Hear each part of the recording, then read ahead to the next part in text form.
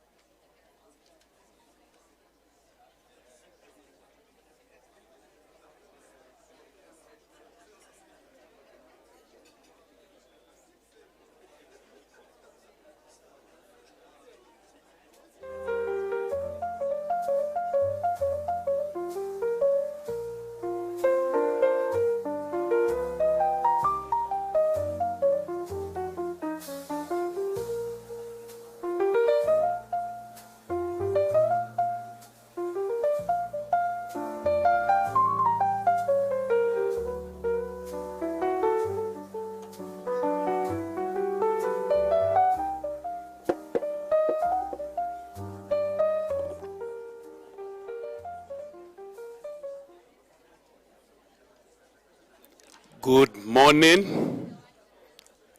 Good morning once again. Okay.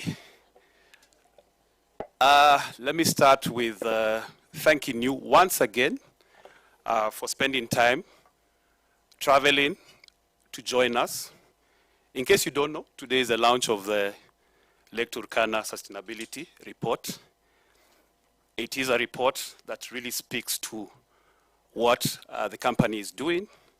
I will not go into the detail. However, I think the speakers who will come here will speak about it. Thank you for coming. I would like to start with prayers, and I want to welcome two people. One, Reverend Joshua Borano from the ACK Church, and then we'll follow that with Imam Hassan Mohammed from the Loingalani Mosque. Tafadhali, Rev.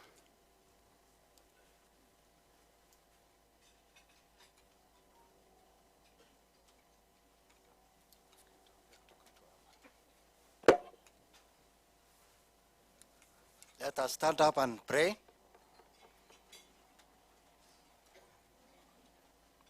Shall we pray?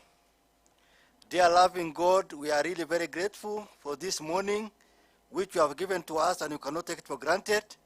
Thank you for many blessings, Lord.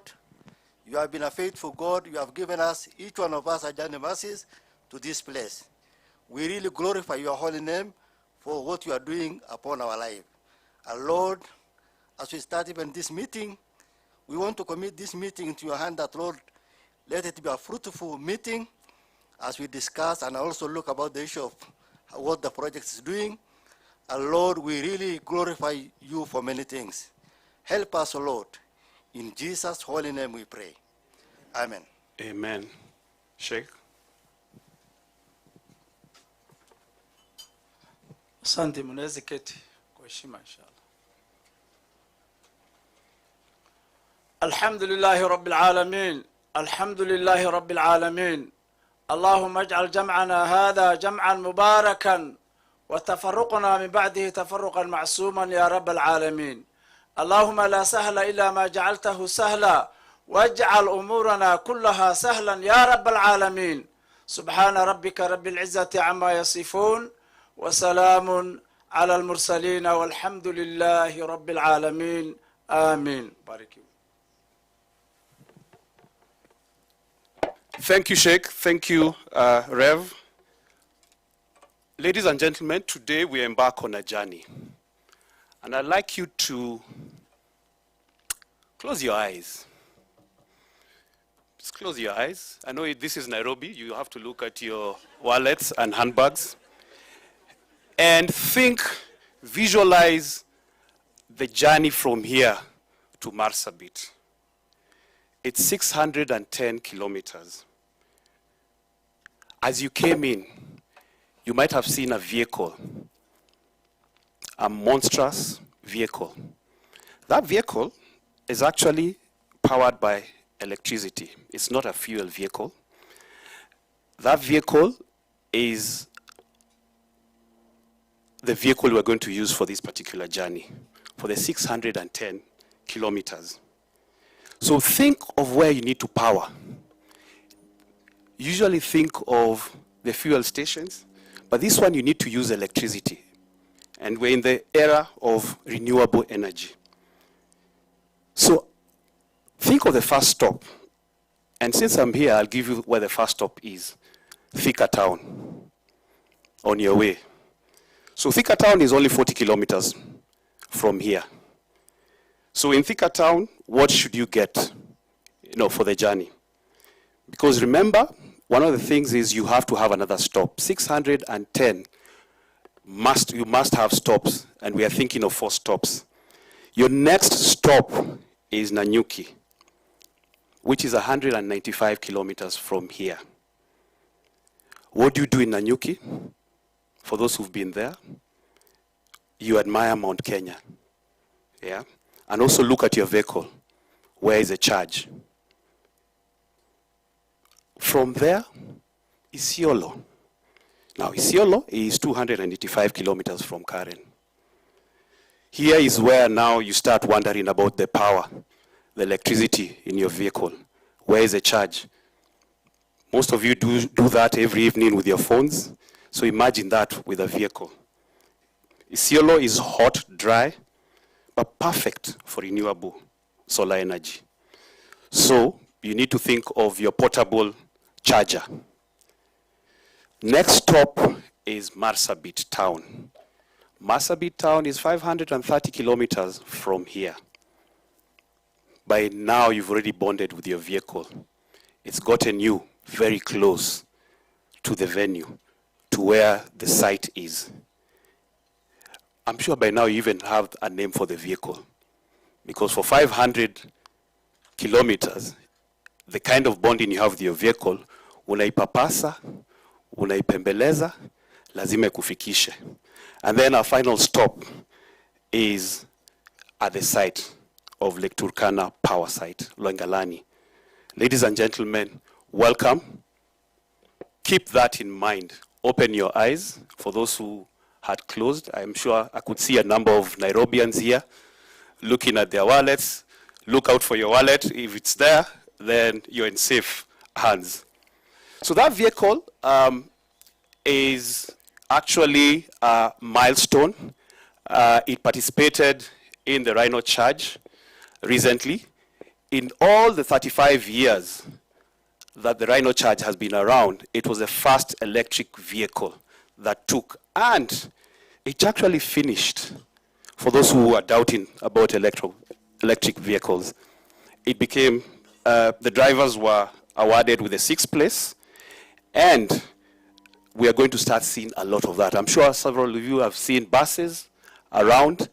You've seen renewable energy continuing. So we're in an era where electricity and renewable electricity, our energy, is part and parcel of our lives. So, to kick off this particular program, I would like to welcome the chairman of Lake Turkana Wind Power, Bwana George Jenga. George is a recent Guka. He's become a grandfather, so congratulations on that. We celebrate some of these small things. It means power is bestowed upon you now to speak across many people, not just your chairmanship. But karibu, chairman. Thank you.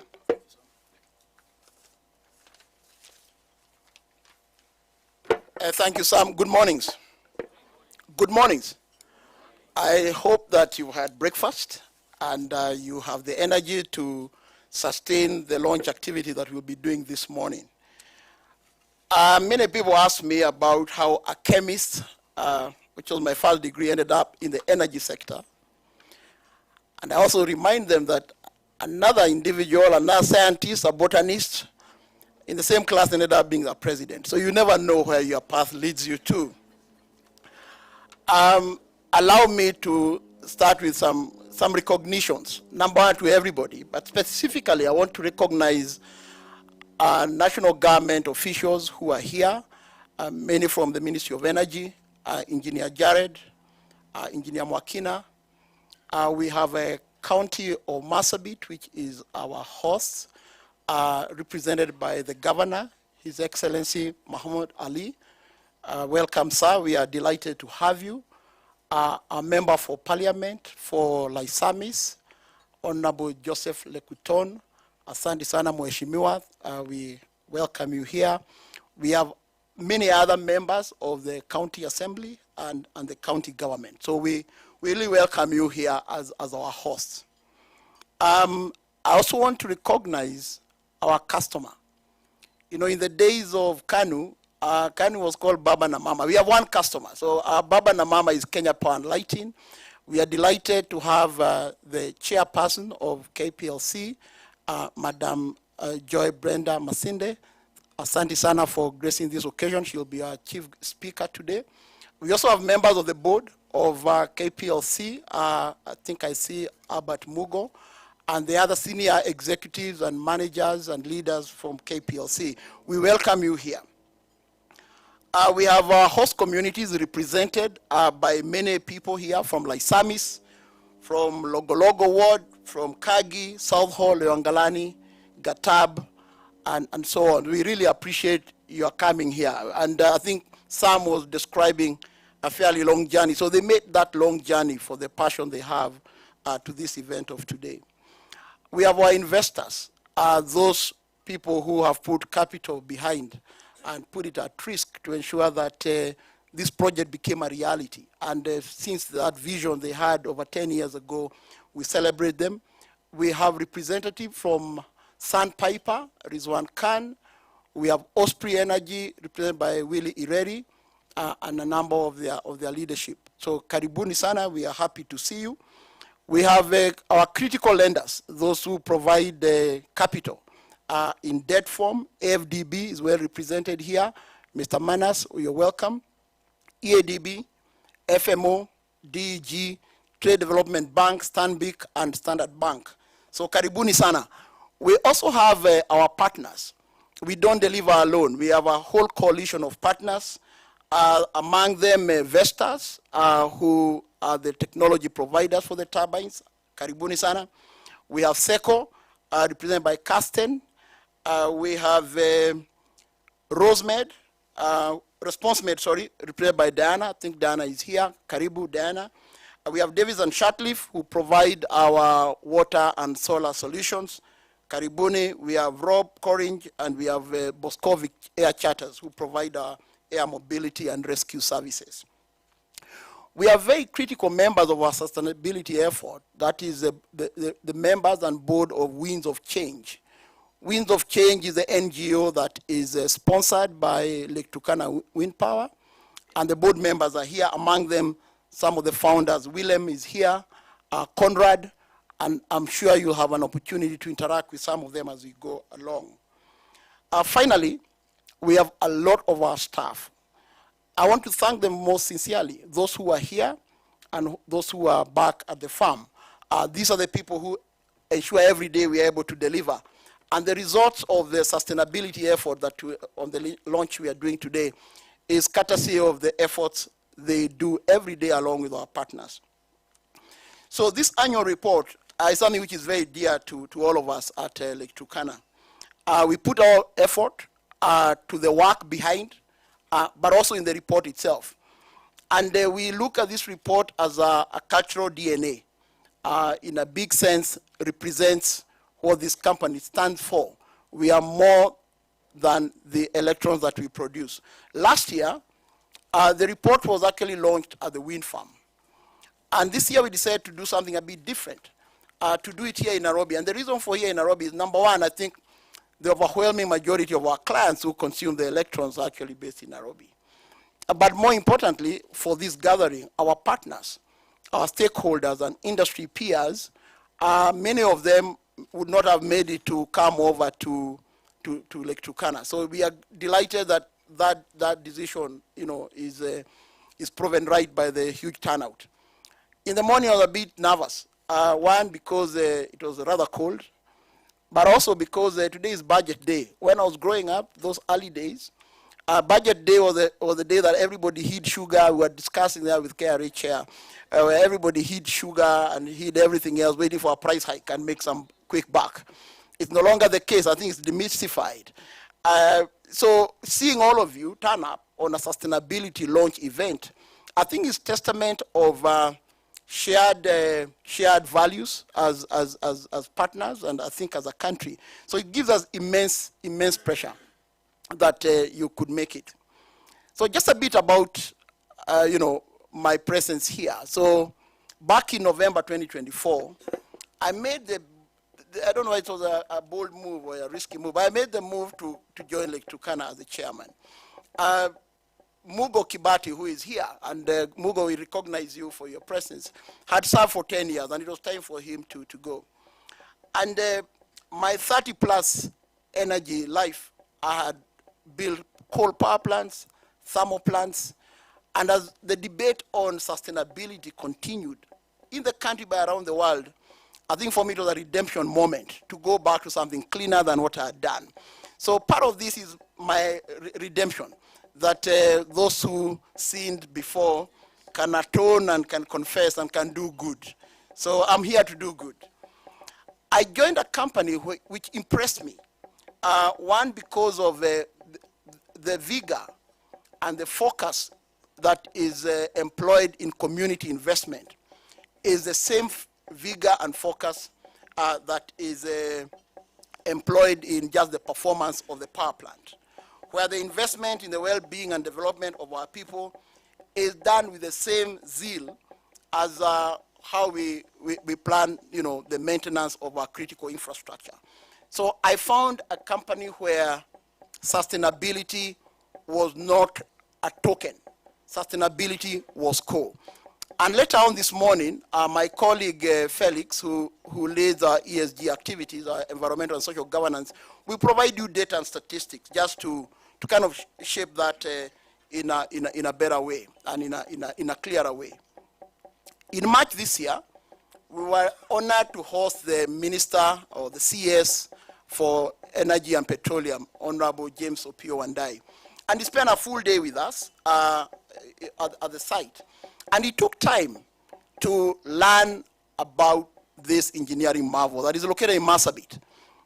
Again, go back to Sam's description of the treacherous journey, although it's no longer as treacherous as it was when the vision that Willem and others had to build the plant. But the minister spent time with us to really understand how we operate this plant. He interacted with our staff, and we were delighted to know that Lake Turkana at the time was the largest wind power operating plant on the African continent. Unfortunately, on 2nd of June this year, actually a few days ago, the Egyptians just leapfrogged that with a 500 megawatt wind farm. So now we are the largest in sub-Sahara Africa. So you'll always be largest in something, right? More importantly, it's actually the largest power plant in Kenya, right? It's also the largest private employer in Marsabit. Just to give you a sense, our total employee workforce is about 304 employees. Those are direct. Our partners also have another about 260 employees. 99% of those are Kenyans.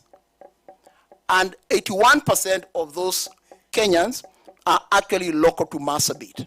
So across the board in terms of ranking. And the minister was delighted to know that and to note that. And he was actually accompanied by the MP, who was equally delighted at the statistics, and he's been a great supporter of the project. When the minister was departing, when he was leaving at the end of a busy day, his parting words were as follows: Lake Turkana represents a case study of a highly successful PPP. So, so today we actually are representing that.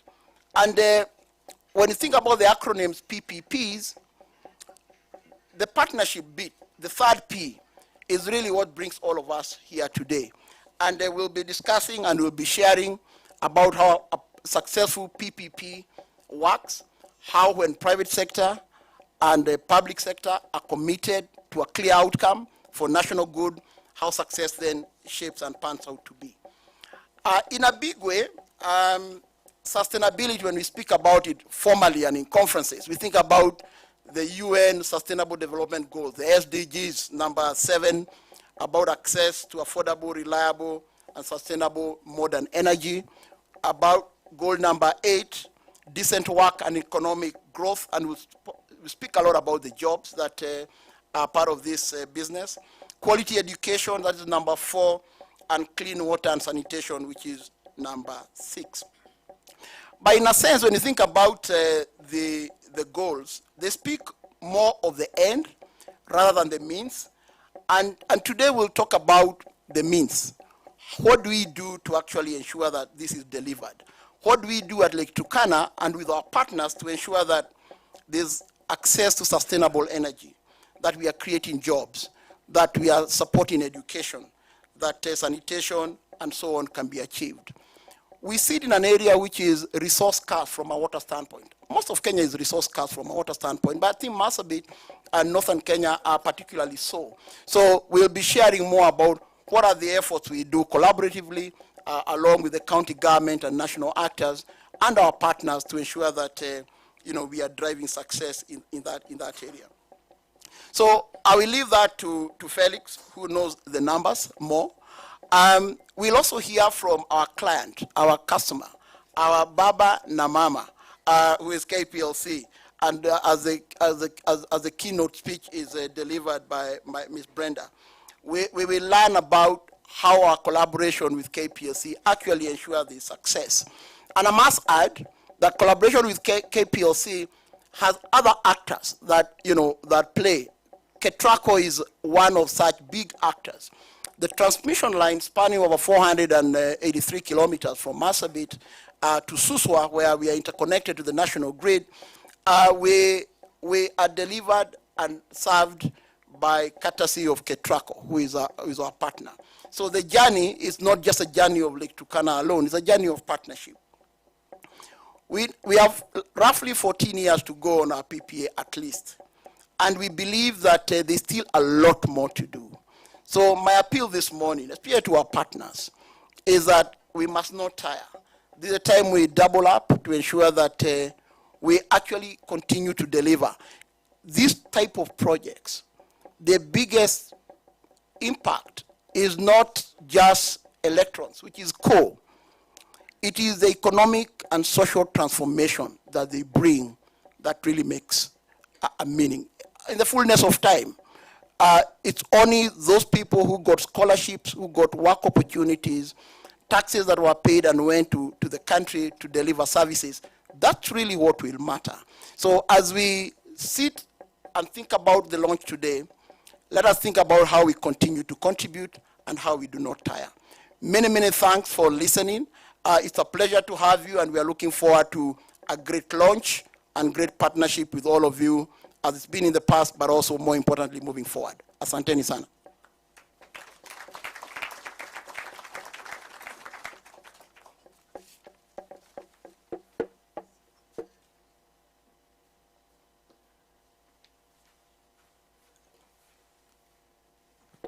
Thank you, Chair, and also for sharing your soul to Damascus, your soul to Paul moment. I'd like to welcome Felix Rothman. Felix is a man who has all the figures and facts on his fingertips. Welcome. Thanks. Am I using this or that? All right. Good morning, everyone. Good morning, everyone.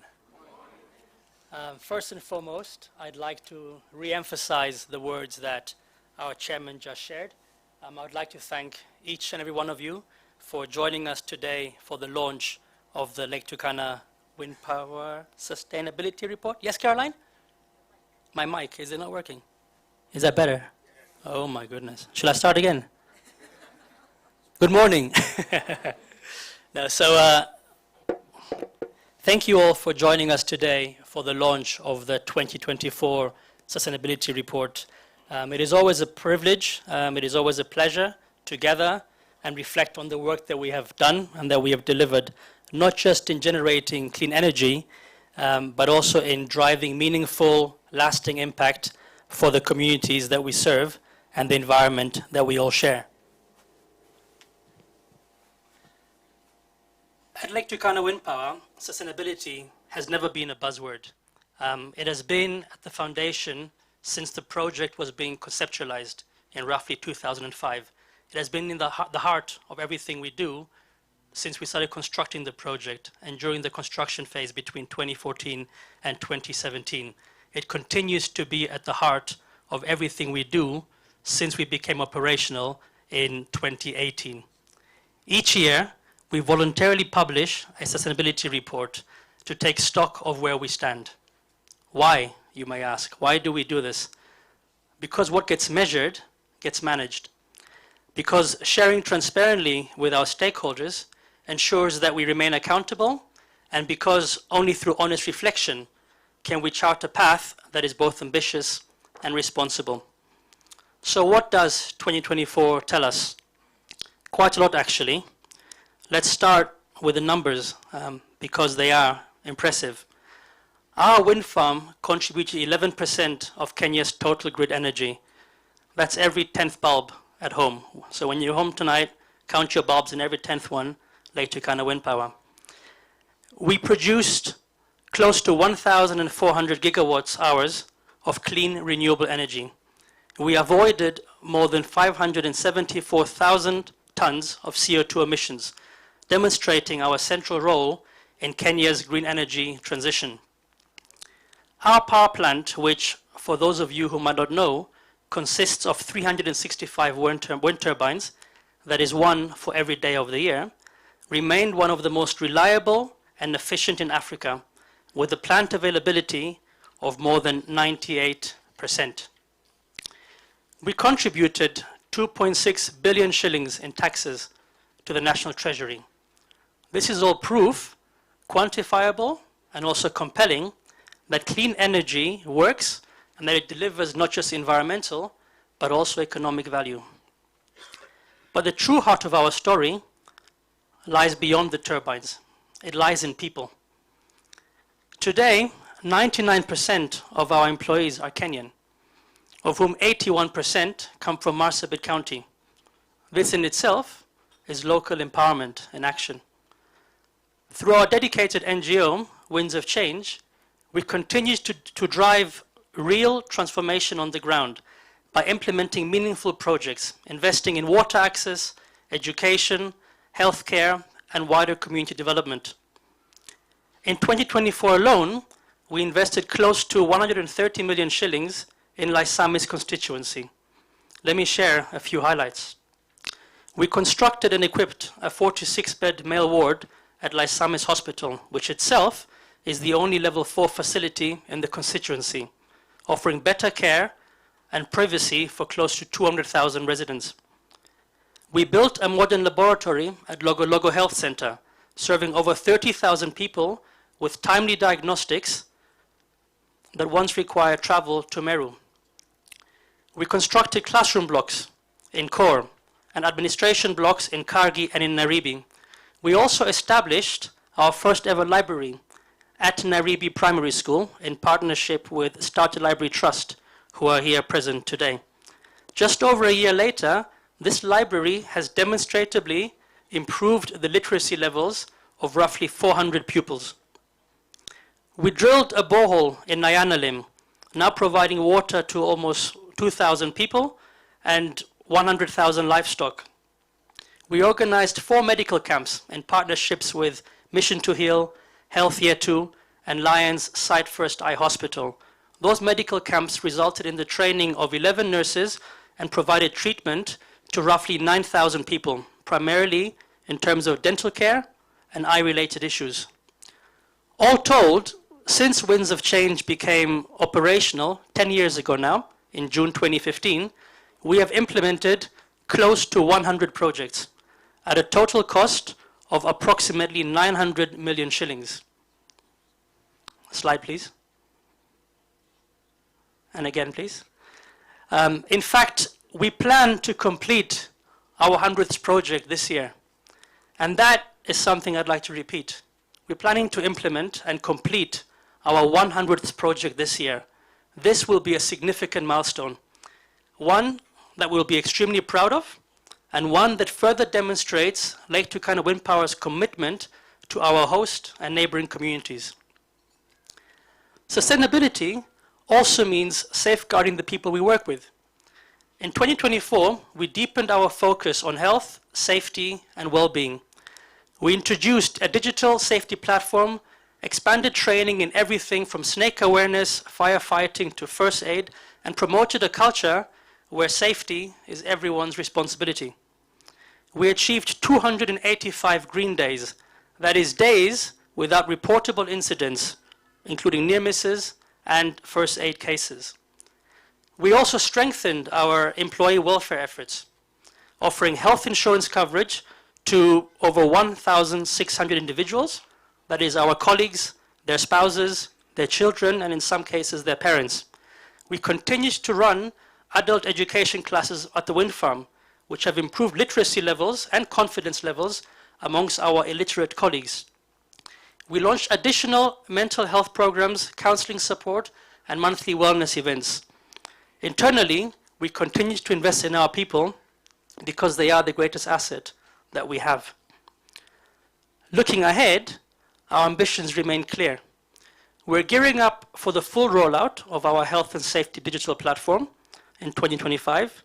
We're starting an internship program for local youth, and we are dedicated to carry out even more community engagements, including quarterly stakeholder forums, peace engagement initiatives, and women empowerment events. These activities are led by our community liaison team, of whom there are a couple members here today, including Job Lengoyap, who is the CLO manager. So please engage with him as well. Equally important, we intend to continue implementing our projects through our NGO Winds of Change. So it is already, and it will be another busy year, 2025. In closing, I want to express my heartfelt thanks to our dedicated team, some of whom are here today, many of whom are on site and hopefully also watching online.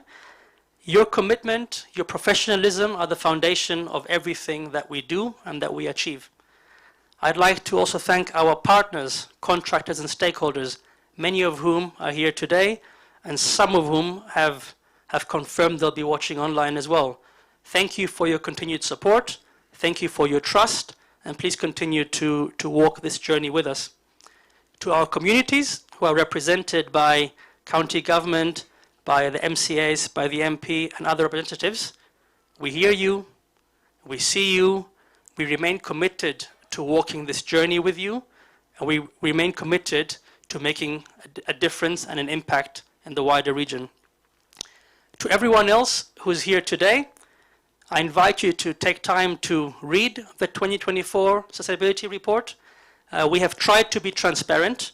We have been honest. We have shared our challenges. We have highlighted our milestones. And we've opened a window into what sustainability looks like to us. So thank you again for being part of today. Thank you again for being part of this journey. Thank you for believing in the power of wind. And more importantly, thank you for believing in the power of people. Asanteni sana, and thank you very much.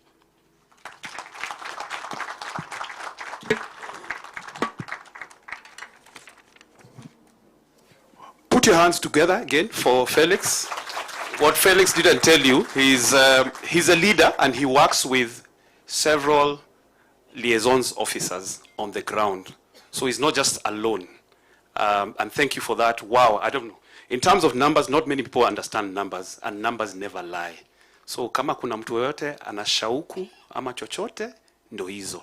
And most of that is actually in the report. I would like now to bring back Chairman to the stage and do the honors of welcoming. I'd like to say the landlord, but not the landlord. Thank you. Asante sana. I think before I invite the landlord, let me recognize one gentleman, because some numbers have been thrown here, called 2.6 billion in tax. The Msema Kweli is actually here. So the chairman of KRA, Honorable Nderitu, Asante sana for gracing this occasion. Those numbers are true, and I'm sure you can say that. Absolutely. So allow me now, it's my singular privilege and honor to invite our governor, our host, His Excellency Muhammad Ali, to give us some remarks. Asante sana, karibu.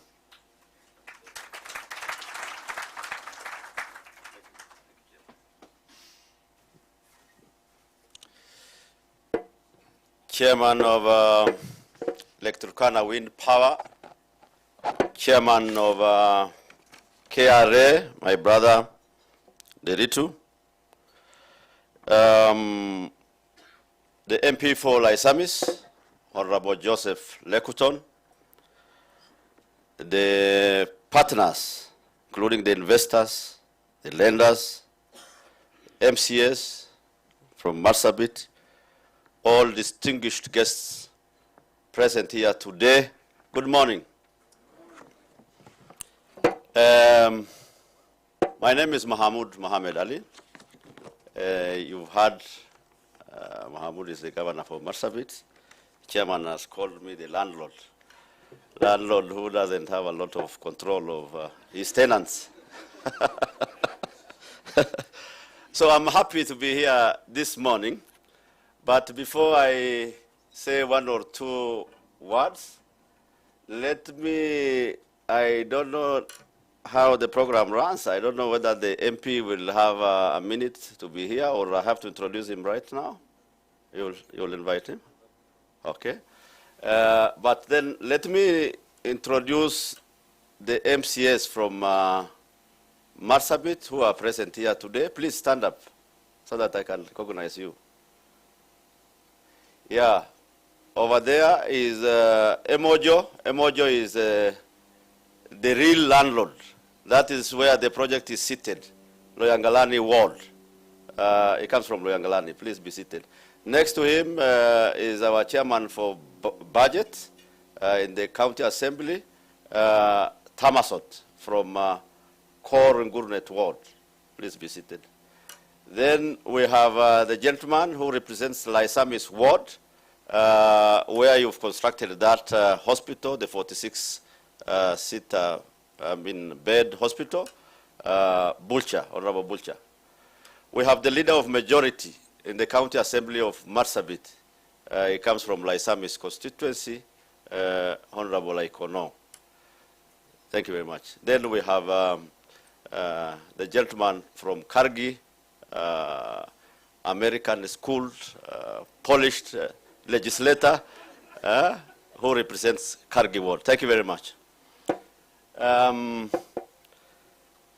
Ladies and gentlemen, it's an honor indeed to be here today to participate in this wonderful event. Yeah, sorry, I have my CEC for culture here. Jeremy, he comes from that very ward also, comes from Mount Kulal.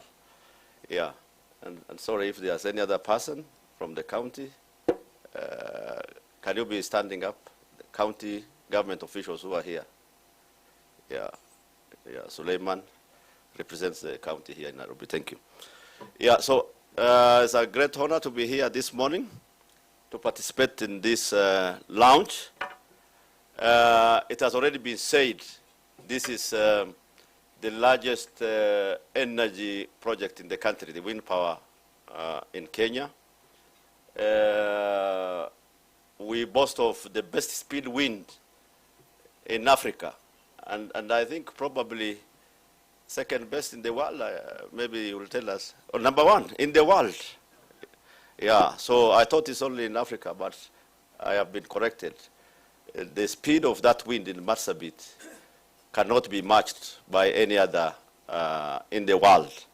So it puts us in the globe, the map of the globe. Marsabit is the largest county in this country at 78,000 square kilometers. Some people have documented erroneously that Turkana is the largest. It isn't. Turkana is at 76,000 square kilometers, slightly below us, for correction. Many people imagine that these are dead, barren parts of the country where no investments can take place. And we are aware, back in 1965, where it has been documented that in northern Kenya, there shall be no investment because there are no returns there, through sessional paper number 10. But the great people of Kenya corrected that when we had the 2010 constitutional review. If that was going to be in place, such wonderful projects were not conceived at that time. And we are all aware, and the chair KRA is here and he can confirm, Marsabit is the fastest growing economy in the country at 10%. Yeah, that it is not finding by the county government of Marsabit. It can be confirmed by our KRA boss, is right here. And it is not, that growth is not possible without the wonderful contribution by Electrocana wind power. And we appreciate, the wonderful work that you have been doing. There are many areas where we've partnered with wind power, and we are really proud because you've made impactful contribution to the great people of Marsabit. For example, in employment. The chair has said it is the largest employer in the county. Of course, you only needed to say after the county government of Marsabit. Yeah, but save for that, indeed, yes, I confirm, after the county government, Lake Turkana Wind Power is the largest employer. And I personally am very happy to note that many people in the county have gotten an opportunity in your company. I only wish to appeal at the senior level, let us look at it again. Majority of these employees, and of course, to a great extent, yes, because we may not possess all the skills for all sectors, but I think we can do better. There are some people who have gone to school and possess good skills that I'm sure you'll be able to find them useful at some senior level. In terms of water, Lake Turkana Wind Power has done quite a number of boreholes for us, piping, distribution of water, coming in handy during severe drought seasons. For that, we say thank you very much, and please continue with the same spirit. In health, needless to say, it has already been elaborated here, the investment in Laisami's hospital and other dispensaries where they have upgraded dispensaries, equipped health centers, provided outreaches to our people. We are indeed very, very grateful. Equally in education, a number of scholarships have been given to our people. Learning materials have been distributed by Lake Turkana Wind Power. Marsabit, as we all know, we have about 14 different communities in the county. You know, these are pastoral communities. Illiteracy also level is high. Conflicts because of pasture and water do occur frequently. But Lake Turkana Wind Power has partnered with the county government of Marsabit in trying to find lasting, peaceful resolution when these conflicts do occur. The area I particularly want to point out with appreciation is in the road sector. Even the road going to the Lake Turkana Wind Power itself, many, many kilometers, I think over 208 or something, was upgraded. And therefore, it's not only the wind power employees or people who are interested in going there. The whole county now depends on that road. Those who are interested in going to Loyangalani, to other parts of Laisamis, that has really improved the status of that road, and we are very grateful. Equally, they have done support to other parts of the roads. Minimal, grading, occasional grading when it rains and some parts are not passable, they have really contributed. The one I want to recognize specifically is the Oltorot Mount Kulal Road, the 28 kilometers of road up to the steep of that mountain. Mount Kulal is forested, it's cool, there are people who reside up there, but it's very high up. So the 28 kilometers of road, it was a challenge. County resources were very minimal. So we discussed, we talked. They asked us to do the lower lands, which would have been easier, and they chose to do the more difficult part. About 8 kilometers of the steep road, right? And we did the 20 kilometers. The other 8 kilometers, that mountainous, rough, rugged road, which would have been very difficult for the county, they did it for us. We are indeed very, very grateful. That road still is in good shape. I think the area member of parliament can confirm, the MCA can confirm. We are very, very grateful. Having said that, I have one request. We have elaborated a lot of things that you have done for the people of Marsabit County. In Laisamis, you have concentrated in Laisamis constituency, and rightly so, because the project is seated in Laisamis, specifically Loyangalani ward. We are very happy for our people in Laisamis. However, because people read about you, hear about you, these are the parts of the county, let us have some presence of Lake Turkana wind power in other parts of the county. In Nodor, in Moyale, in Saku. Going forward, if you do 70% of your contribution to the community in Laisamis, if 30% can be distributed to the rest of, I'm not dictating, I'm just suggesting, so that everybody in Marsabit County feel, yes, Lake Turkana wind power indeed. They have done a classroom here, they have done a borehole in Maikona, they have done something in Sololo, in Saku. They'll be very happy. That is my request going forward as we partner. There is one major challenge I want to highlight here. One major challenge that faces me as the governor of the county and the leadership generally. I have seen the chairman and the rest of the speakers have not brought it out here, but they have said they have documented all the challenges and the rest. And I hope this will be taken positively, because it's likely to trigger some debate. You know, in things fall apart, when I read it during my high school days, somebody passed on and people gathered for a burial. And then there was a bird, Ekwe, the bird, was on top of a tree, making a lot of noise.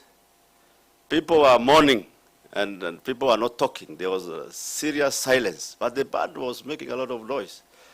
And somebody commented, look at this bird, Ekwe the bird. It comes to the wrong place, and it doesn't bother to keep quiet about it. So I hope it's not the wrong time to mention this. But Mr. Chairman, this is what we all know very well. The court case, the issue of the dispute of land, is a major issue. This has been lingering on us. It's been bothering. We support this great project as a county, as a people, as a leadership. But, this dispute must be resolved. The courts have pronounced themselves. They have said the issue of the title, the ownership, needs to be revisited. So the people, when they had this ruling, the citizens were almost invading wind power, saying, we take back our land. I have been keeping them with the help of this leadership here. No, this is not the way to go. Gentlemen and ladies, let's not go this way. There is a process, there is a procedure. We will conclude, the people will benefit, So I am under that immense pressure. Please let us speed up that process. The ADR that has been recommended by the court, we will be there to support so that this wonderful project will be protected. But we must follow the law and we must obey what the courts say, and let us resolve this matter. With those few remarks, thank you very much, ladies and gentlemen.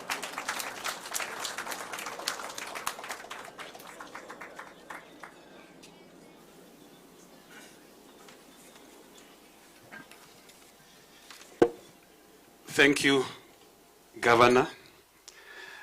In a few minutes, I'll welcome back the chairman to introduce one more gentleman. But I'm intrigued by this particular gentleman. I don't know how many of us here have ever given a TED talk. Please, okay, he's the only person you've given out. So MP Joseph Lekuton gave a TED talk in 2007. Very inspirational. It was about, if I remember, blind man, a legless man, and how they rely on each other to survive. Very, very inspiring. So he has the honor of perhaps being the only person who's given a TED talk, and perhaps even Doja Camel on the same day. Bwana Lekuton, karibu. but I'll give the honors to Chairman George to welcome the real landlord.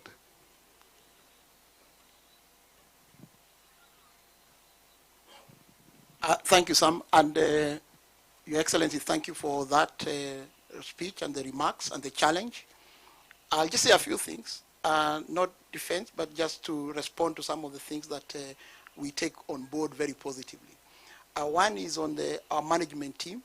We take your feedback, but may I just say, for avoidance of doubt, that we work hard on what you said, just ask a few of my colleagues who are in senior leadership in the company to just stand and wave.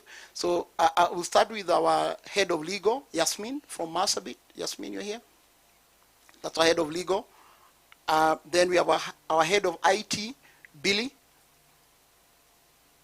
That's Billy. He heads our IT both at the site and in Nairobi. We have Job, who is our community liaison manager. Job. That's Job. We have Julius, who is our deputy site manager, Julius.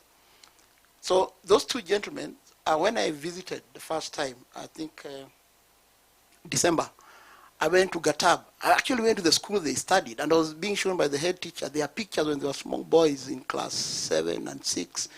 And it was really amazing because I know what they do for the project. So the kind of just reality around the team. And I think we have Lantare Joseph, our head of security. Okay, I think Lantare is back at the site. Governor, thank you for recognizing some of the things that the wind power is doing, and we appreciate. But we also recognize that the need is much bigger, right? And that it's a journey of continuous improvement and contribution and partnership, as the case is. Equa the bird, I think that was an interesting one. And I'll comment about it because it's important, right? And I must say that government actors have been extremely supportive of the resolution process. Because as you say correctly, the court did pronounce themselves and actually asked ourselves and a number of government departments to work together in that process. And you've alluded to the ADR. It's progressing very well. The Ministry of Energy has been extremely supportive. The AG, Ministry of Land, National Land Commission, and we are also looking forward to a speedy resolution. Actually, the biggest pressure I have from my shareholders is the court case. So we really are working towards resolving that in a way that is a win for everybody, and again in accordance with the law. Now, it's my singular pressure. This gentleman is actually not blind. But the story about blind is interesting. We'll ask him to really come and share his... I also found him extremely insightful about things. He gave me his story. We had a ride together a full day at the wind farm, and just hearing his story and his personal journey was actually very inspiring. Mheshimiwa Joseph Lekuton, the stage is yours. Karibu.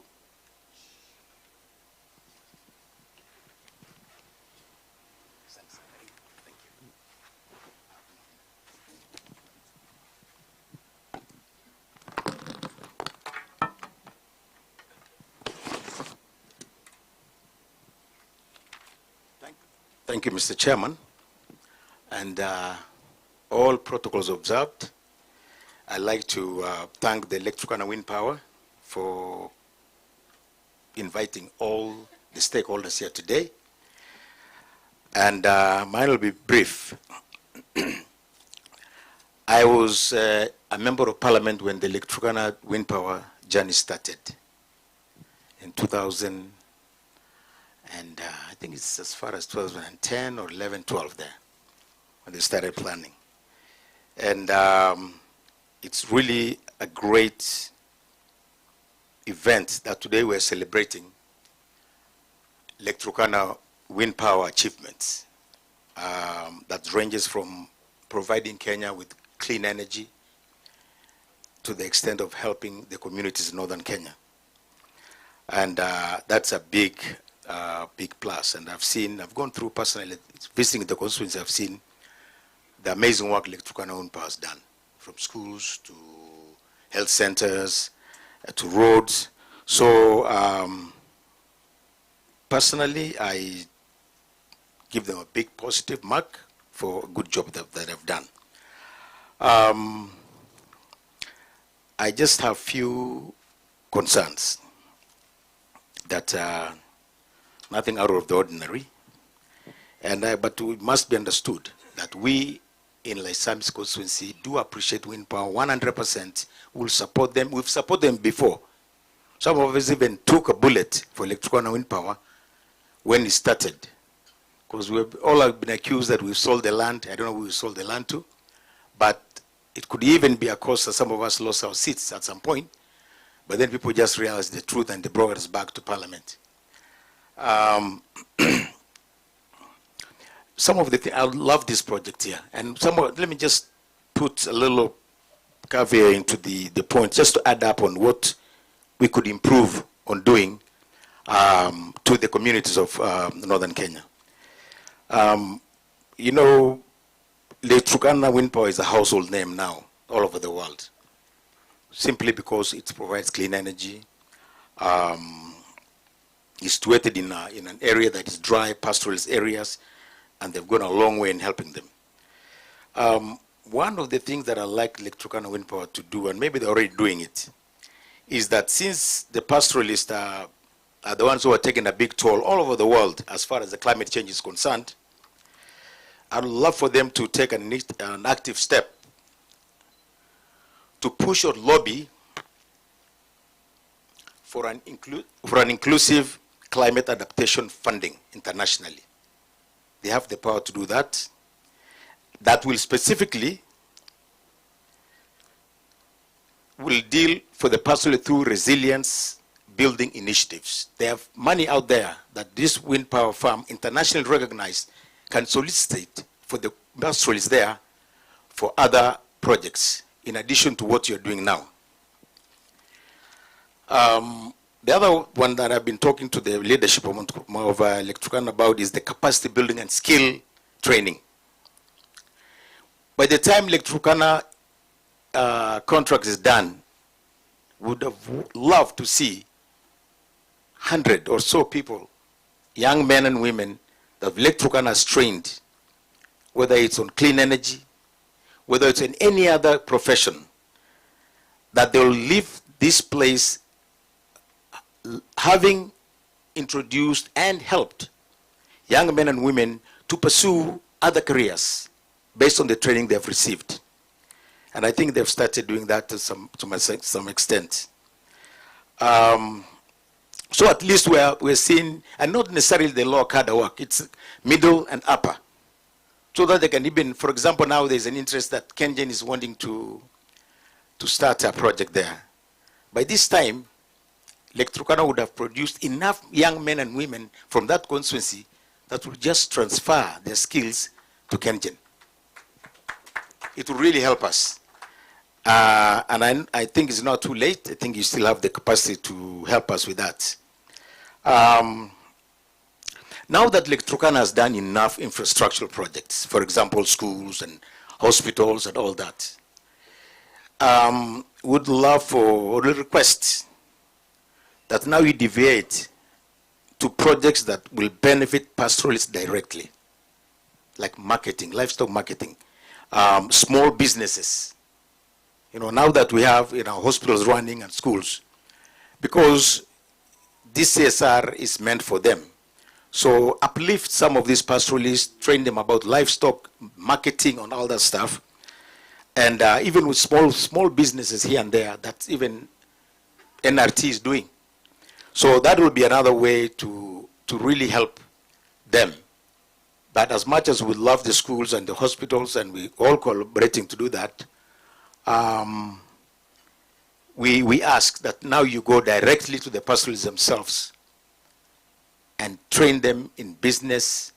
Maybe, I don't know how you can be able to, other organizations do that, small loans to start their own business, because the employment alone in that area helps us tremendously. As a matter of fact, most economies in that area depend on Electricana wind power, staff and personnel, which is a big thanks. But now let's go deeper into the communities and help them. And I know I was talked about also, we have some very poor pastoralists there whose children are very bright, and the CDF alone cannot take them to school, and their parents are not able. So, and I think we spoke with Max, I don't know if he's here today, on that, on introducing some scholarship of some sort to help the needy students. And also, one thing that we want to remember Electrocana with is please train some of our bright young men and women on clean energy. Let them, give them scholarships, let them learn, so that they can also go to other parts of Africa and become expatriates, as they will say it. That will be a great help for all of us. And we spoke about that, and I think Electrocana has been very willing to help us. Lastly, about the land case. Now, the governor's touched on that, and it's very true that when that ruling was done, it was very volatile for us, for leaders, especially the MCAs who are here, and all of us, to restrain people from invading wind power, because they say, this is our land, we won't take it back. The government has given us the permission to do it because they declared the case that we've won this case. So I don't know how far you've gone with the negotiations with the on that case, but please, we want to be part of that also. If you can help resolve some of the issues, especially like the governor and our MCAs, let us bring it to a halt, because when you do projects, there's something called ethical considerations. Even in PhD research that I'm actually doing now, my PhD on carbon credits and the effects, the impact of carbon credits in northern Kenya, especially the pastoralists. So that part, let's finish it. Because you've done the rest, let us conclude that as quickly as we can, and we're here to help you. And lastly, I'd just like to thank the establishment of the Electrocana Wind Power, that we're just glad that you are present in our constituency and in our county. Thank you very much.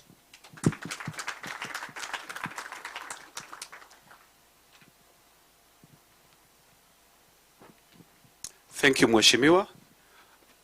I think we've had many talk here. I would like just to take a few minutes just watching a video of some of what the speakers have spoken about.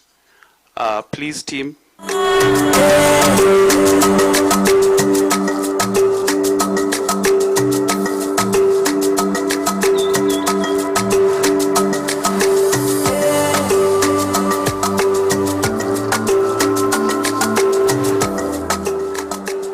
The project came when the schools are in a need.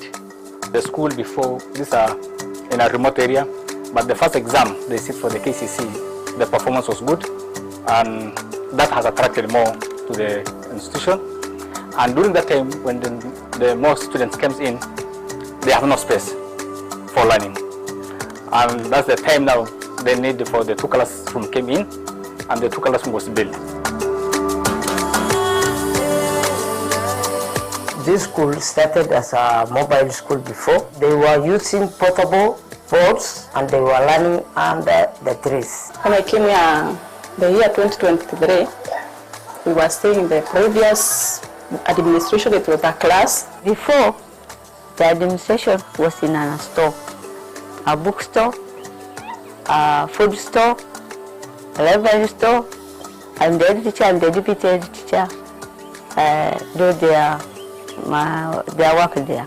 So right now, in this new one, which was built by the Electrocana Wind Power, it is a very spacious building which composed 4 rooms, head teacher's office, deputy head teachers, and senior teacher and the teacher's staff room. Before, books we were keeping in, teachers were keeping in the staff room, and the books were tearing off, chewing. We have beautiful lockers. We have a cabinet where we can keep our equipment safe. So I think it was the best decision.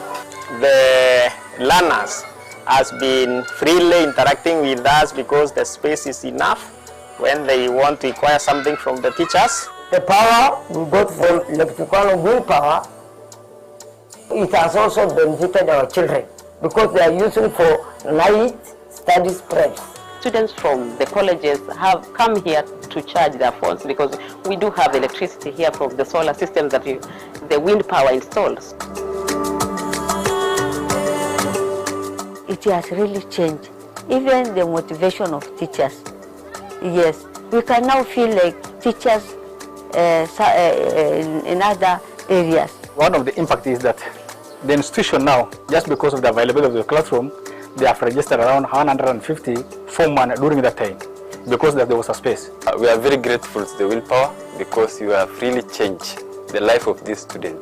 Because especially these people coming from the poor background and having now, of course, now this modern class within the desert is a great achievement. I made a visit on several times. I also find smiling faces in the students. The community is also appreciative for the good work that they've done. They need some money, but we are just trying where we can.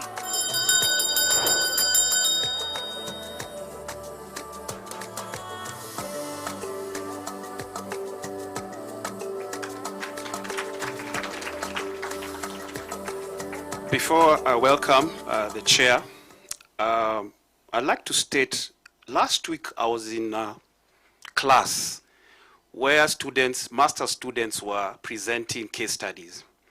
And one of the groups spoke about Lake Turkana. And these are communication students, and they spoke about how Lake Turkana has engaged with the community over the years.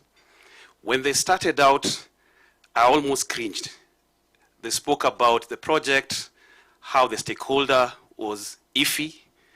But towards the end, they spoke about the current stakeholder engagement.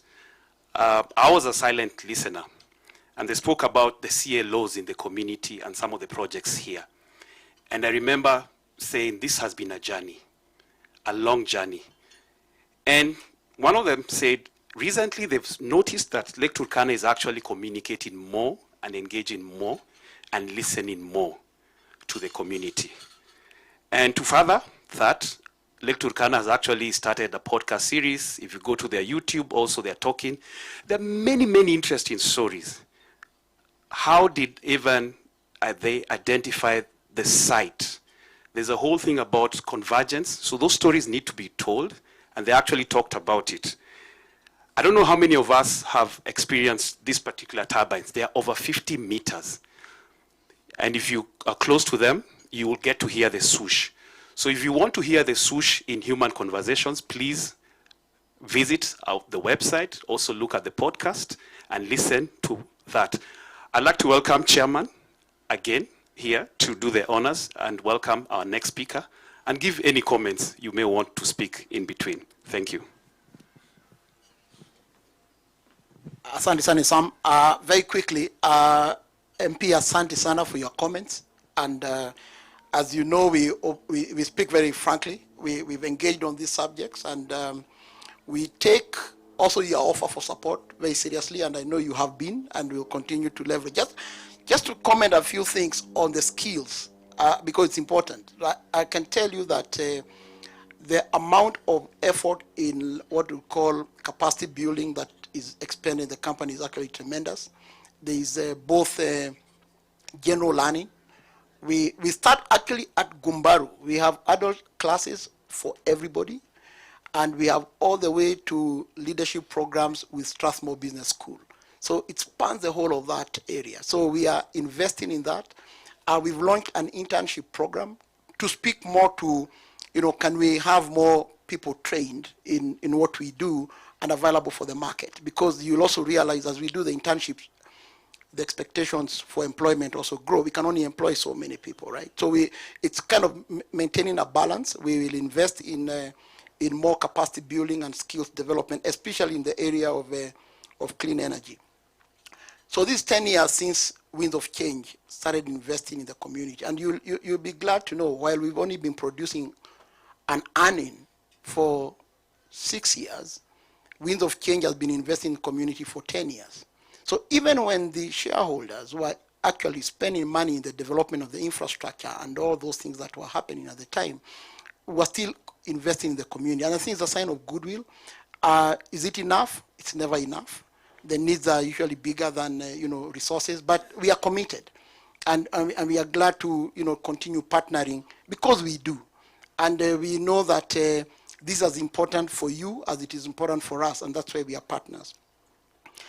10 years down the path, yesterday we had our board meeting, and one of the things that we discussed was a subject we discussed with you actually when we visited, that we want to do a look back. We want to look, winds of change. So much projects down the road, are there areas of improvement? And we'll engage and we'll do a survey, and that survey will inform maybe our next cycle of activity. So this resonates also with what we are doing. All the other points are clear. I think what I'd responded before when the governor raised, it's the same. So thank you much. So now it's my singular privilege again to invite actually our keynote speaker. And we thought carefully about our keynote speaker because KPLC is the one which actually keeps lights on for all of us. And if there's somebody who has really the authority to speak about the clean energy part, the country's sustainability goals from green by 2030, I think it's no other than the chair of KPLC. So allow me to invite on stage the chairman of Kenya Power and Lighting Board, Madam Joy Brenda Masinde. Karibu.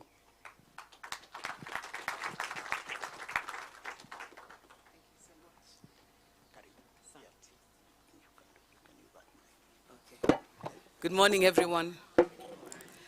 Podium's a little bit intimidating to me because of my abbreviated stature. So sometimes when you stand behind it, you're wondering, what do people see? Do they just see the top of your head? Or are you actually visible? So I hope that I will not be too, but if it happens, Kizidi, we will just go there. Good morning, ladies and gentlemen. Allow me to just observe protocol. Our host, our chairman, Lake Turkana Wind, Mr. Njenga. Your Excellency, Mohammed Ali, the Governor of Marsabit, the Honorable Lekuton, MP Laisamis, all the distinguished board members, friends of Marsabit County, and all the guests who are here present. It is my genuine pleasure to be here today, witnessing the launch of this sustainability project.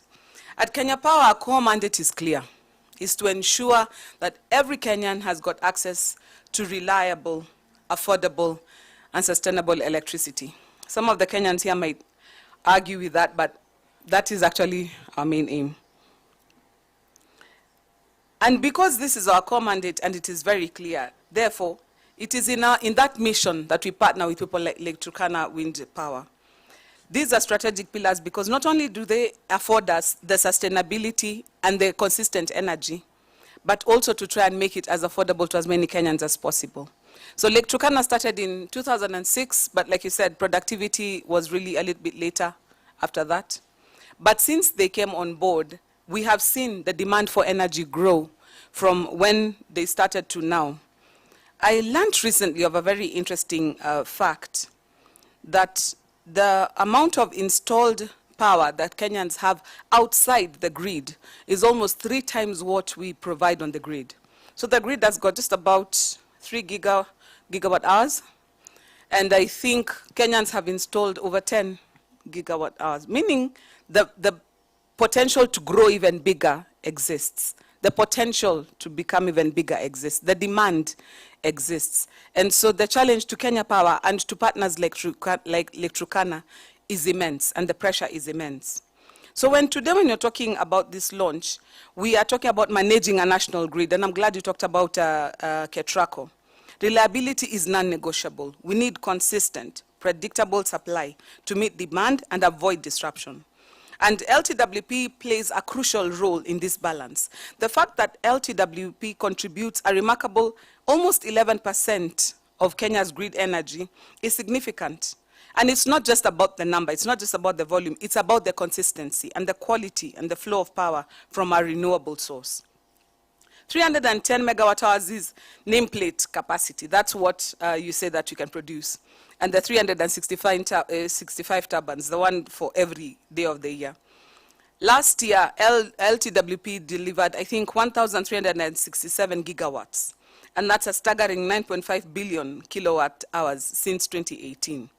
Now, I must clarify why I'm a bit hesitant with the numbers. I'm a lawyer who finds herself in the energy sector. And once I started talking these things, there's a day I call them gigabyte hours. So I keep finding myself having to catch myself to make sure that I remember they are watts, not bytes. So I beg for your indulgence. But truly what stands out for us at Kenya Power is LTWP's 98.3% plant availability in 2024.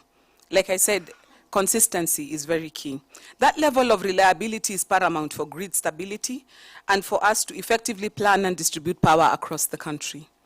One of the things that I learned when I joined Kenya Power, you know, when you're a layman and the lights go off, you imagine that somebody goes and puts on a switch and the light comes back on. I remember the first time we had a national power blackout after I'd become chairman.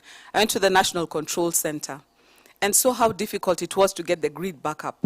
And I realized the importance of having people who can inject power into the grid to be able to stabilize it and to bring it back up. It's not an easy process. And so having partners like Electrocana is not just critical.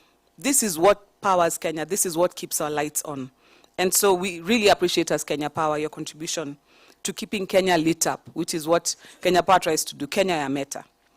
This consistent output helps us manage energy mix, especially when we integrate more renewables, ensuring a steady supply to our customers. I mean, living in the tropics, we feel like we've got a lot of solar, we've got a lot of natural sources, but making the renewable energy consistent and always available is a tall order.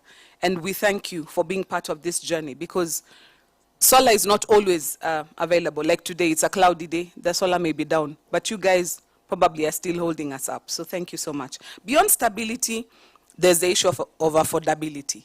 So you give 2.6 billion in taxes, that means Kenya Power collected a whole lot more than 2.6 billion to pay you so that you can pay the taxman. Governor, I salute you for collecting our taxes. And so whenever we talk money and Kenya Power, it looks like a sticking point to many Kenyans because they feel like our power is not as affordable. But we try, under the guidance of EPRA, under the guidance of even the various players.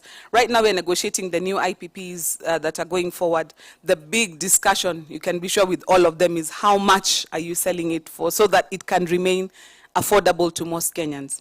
And I just want to thank Electrocana and other of the private people who've been having this conversation with. They've been very collaborative. They have really adopted a very flexible approach. And even as we're talking about scaling up production, for many of them, because of the advancement in technology and because of the benefits that they're drawing from easier ways of generating power, many of them have collaborated with us to try and bring the cost of power as much as possible. So we appreciate that. We appreciate that as Kenya Power, and the Kenyan people eventually will appreciate it as we continue working together to educate Kenyans on how we charge for power. I don't like calling it charge because it sounds a bit, oxymoronic, but we do charge for power. 167 billion worth of fuel imports displacements since inception, and 117 billion in energy cost savings.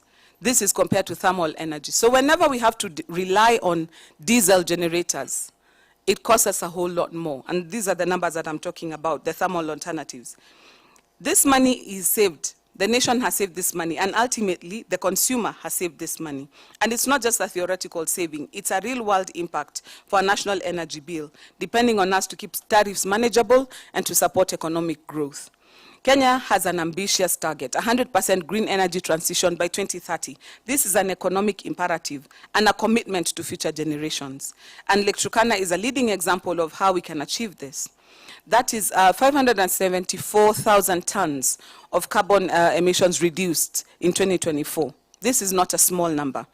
And the LTWP is a direct contributor to these climate goals. It showcases the power of large-scale renewable projects in decarbonizing our energy sector and their commitment to conservation, including tree planting, responsible operations, and aligning perfectly with our national vision and sustainable green economy.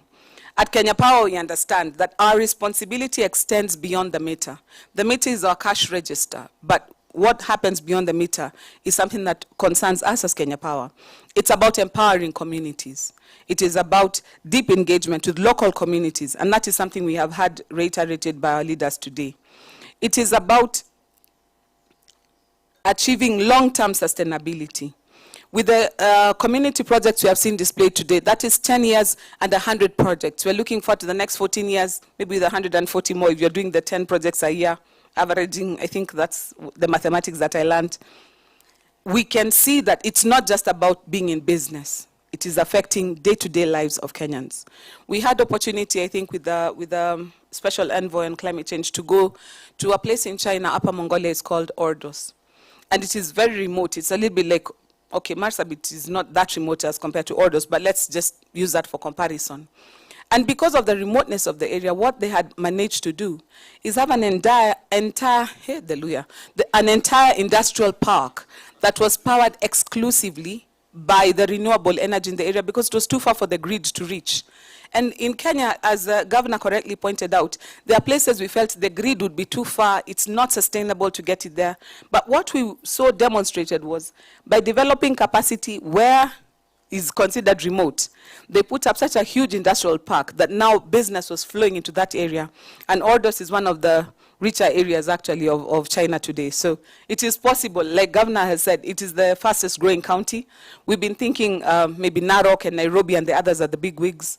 We can make such areas the best and the fastest growing economies simply by investing in renewable energy that works in the area where it is found, because people are found there too. And people is who we do this for.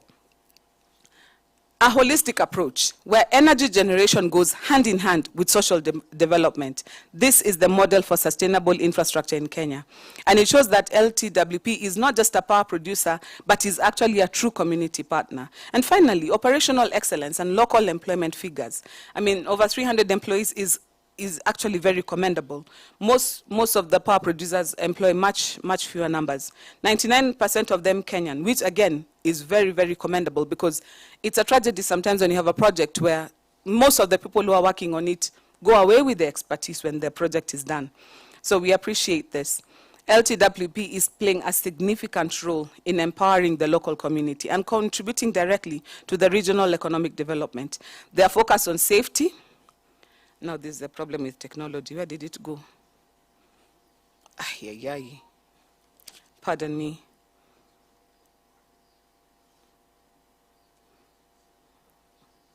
Surely.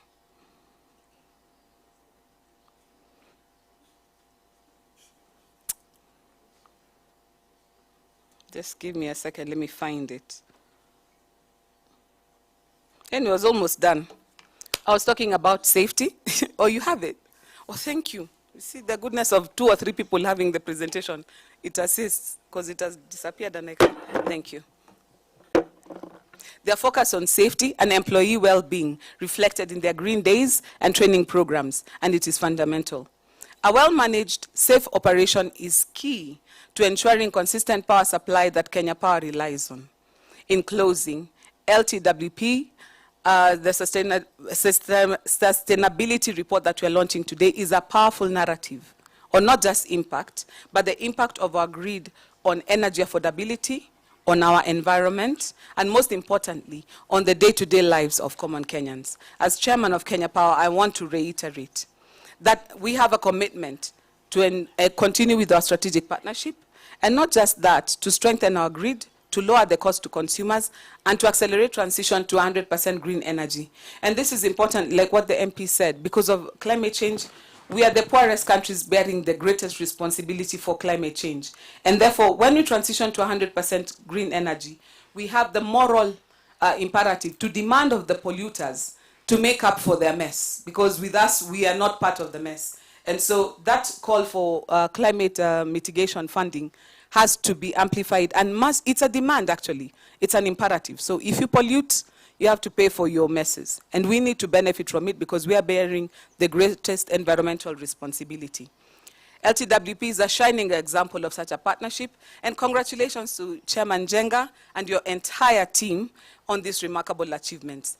I really look forward to continuing this vital contribution, and I look forward to the next 14 years, and hopefully to more than 14 years, because like I said, the potential to expand this to double and triple your current investment exists. At this point, allow me to just do a small side quest. Yesterday, we were having a small discussion with your chairman, and one of the things that we noted was that a lot of the investors in the energy sector actually come from outside. they're the ones who seem to see this green energy and this clean energy thing as profitable and beneficial. My challenge would be for us as Kenyans. We have a lot of money here that we collect in our SACCOs, in our retirement benefit plans, and in everything. Let us invest in energy. Energy is something that pays back. Because all of us, whenever the power is on, you know somebody is going to collect, and you know you're going to get paid for it. So I would like to encourage Kenyans, get on the gravy train. There is profit to be made in investing in energy. I would like to see a Lake Turkana equivalent being set up, fully funded by Kenyans or majority funded by Kenyans. So even as we're generating these revenues, it is going back into local investor pockets. Side quest over. Thank you so much for coming today, and have a fruitful deliberation today. God bless. Thank you, thank you. I will hold you hostage to the side. Thank you, Chairman. And that's not a mistake, by the way. I watched when you were on Spice FM and you insisted on chairman, and she's a chairman of Kenya Power Lighting Company, KPLC. So I will welcome William Dollerman. We want to do a little gifting, and also the chair. I'm a girl, I love gifts. And I can assure you that actually this gift adheres to the Public Officers Ethics Act of 2003. So I think just here we can chair. William. Nice to meet you. Yeah, thank you very much. I think just move to the center. Okay. Yeah, then you can have chairman in the middle. Okay. Yeah. I think you balance the gender parity and equity. So, William, yeah, I think you may want to. He has a lot of words, so I'm very careful. Yeah, thank you very much. Thank you very much for your inspiring speech today. I thought it was very to the point and very good for people to listen to and take note that what is possible in Kenya should be done by Kenyans. So, brilliant. Now, you may wonder who I am. Okay, right. Have you heard about the Dutch boy that put his finger in the dike to stop the water from overflowing? Well, I'm not that Dutchman, but I'm the Dutchman who had the idea to do the wind farm. And I put the people together to make the wind farm. And the wind farm is here and is working very well, and it is contributing to the country. And the chairman of the KRA is here, and he's been getting all this money from Lake Turkana Wind Power. So maybe he should bring some of that money back to the area where the wind farm is. Thank you very much for your inspiring speech. And we have a little gift for you, and including in there is recycled glass and recycled beads and things like that, and a really nice belt. So thank you very much. Nothing to add. Congratulations and well done. And the message was clear, the challenge was clear, but more importantly, the opportunity to expand is also clear. Thank you very much. And it's good to know that you're actually negotiating some things right now. Thank you. Okay, thank you. Yep. So now, ladies and gentlemen, I know I did not introduce myself early on. I was a driver for the first part of the journey. If you're asking where the journey has reached, remember the stops was Thika, Nanyuki, Isiolo, Marsabit, and then the site. So I've been your driver from Thika, which is very familiar with me, Nanyuki, and now I need to introduce someone else, the next driver who will take you now through the other parts, Isiolo, Marsabit, to the site. Now, when I say journalist, a few of you start fidgetating. You know, some of you start looking at your PR team. You know, what do I need to say? You know, is the microphone on? But ladies and gentlemen, we're in safe hands. Our next MC who will take us through the journey is none other but Yvonne Okwara. Yvonne is a powerhouse in the media, a sharp interviewer, and here's something that many of you did not know. Yvonne is actually GRRI, that's Kikuyu, Certified Journalist in Kenya, only one. Now, if you ask me about GRI, Bwana Lekuton, I'm sure in your PhD, you do have a few things about global reporting initiatives. She's certified and she has done that, so she's here to ask the compliant questions. She's here to speak to, double down on some of the issues and speak to the panelists. And she's very fast, unlike me, I'm very slow. Gari yangu ilikuwa imeanza tu. Right now, we are already doing 600 or so, 60 kilometers per hour for the 610 kilometers ahead of us. Yvonne, karibu.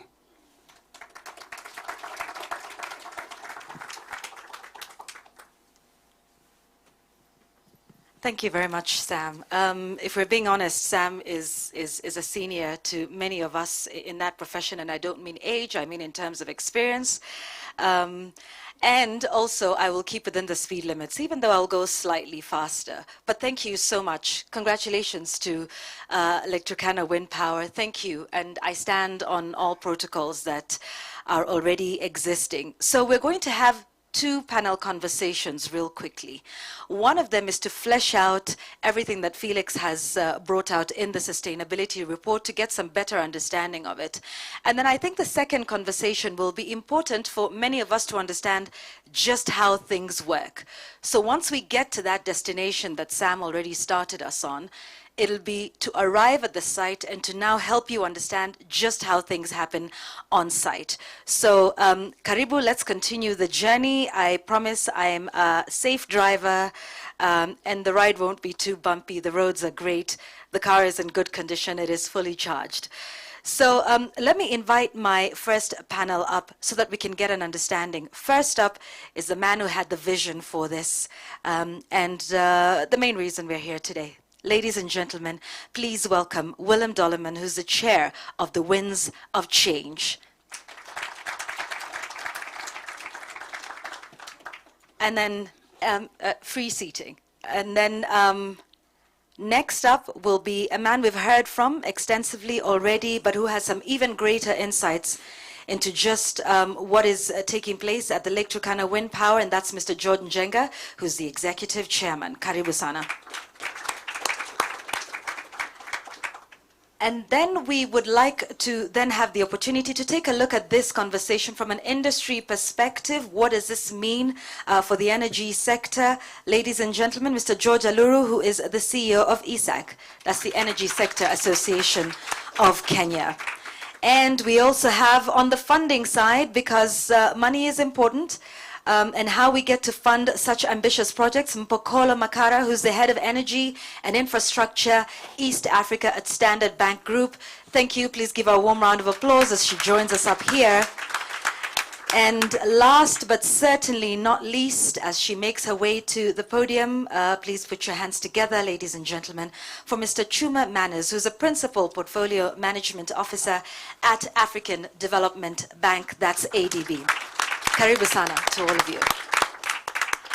Thank you so much, all of you, for joining us.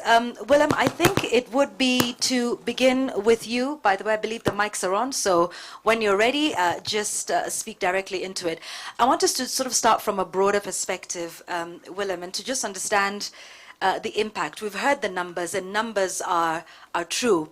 But these numbers are about people, I think, like we've heard. It's about impacting the lives of people every single day, whether it's access to clean, affordable energy, but also empowering them through jobs, healthcare. Talk to us about, in your view, what the profound long-term impact is of Winds of Change, beyond just being a power generator. Well, thank you for having me on this panel. Can everybody hear me? Okay, good. I think we need to go back to the beginning. When the idea was there to build the wind farm, we immediately realized that if you want to do a project like that in an area like that, which is being or has been neglected for a long time, you also need to look at the communities that you are going to work in. It is very important that you get the people around you understand of what you are going to do, how you're going to do it, and how both parties, in this case the communities and the organization that is going to build the wind farm, can benefit from it both. Therefore, in actual fact, the winds of change started even before the wind farm was created. The project was being talked about. We are looking at permits and things like that, but it had not been built. But at that time already, the winds of change was in operation. And in order to operate, you need money. So we got the investors, we got the people behind the money behind the project to also invest in that part before the wind farm would start. I think in the beginning we did a search of the area, we did a search of the communities that was there, and we didn't tell them what they needed, but we asked them, if the wind farm comes, if the project starts, what would you as communities want from this?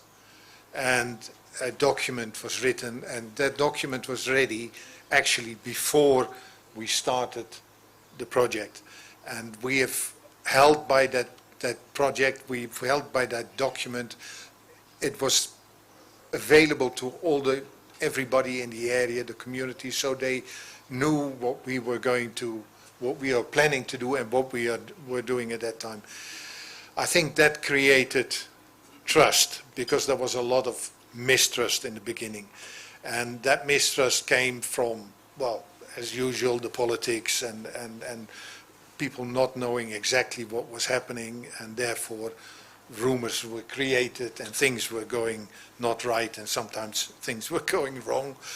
But in the end it worked, and in the end I think now it is, we are at a place where the communities around us trust us, and trust us to such an extent that if people started to interfere, they say, hey, hang on, be careful, this is what they have been doing, this is what they have told us so far, and they've done what they promised.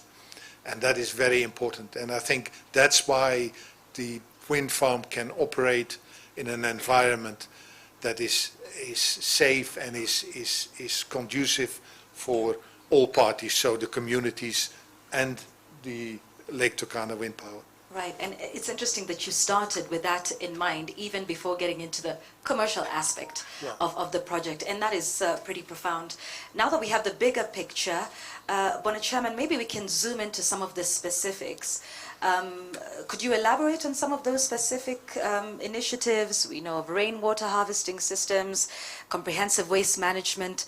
Speak to us about the overall role that LTWP has played in the stewardship of some of these specific initiatives. Well, I think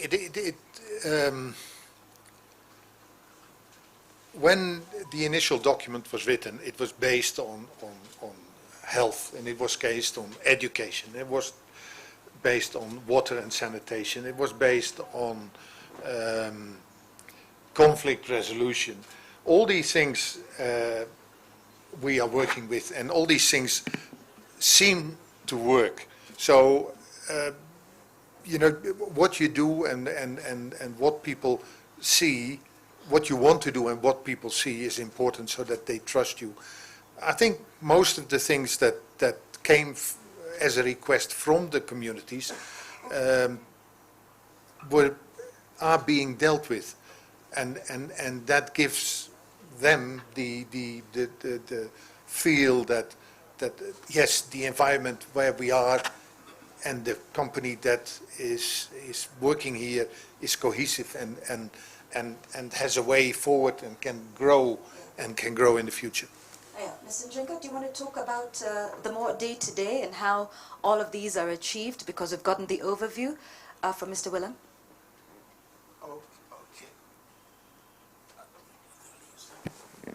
No, thank you. I think if you go back to the chart that Felix was sharing in terms of the projects, that document that William has spoken about, you can liken it to a party manifesto. So that was the manifesto.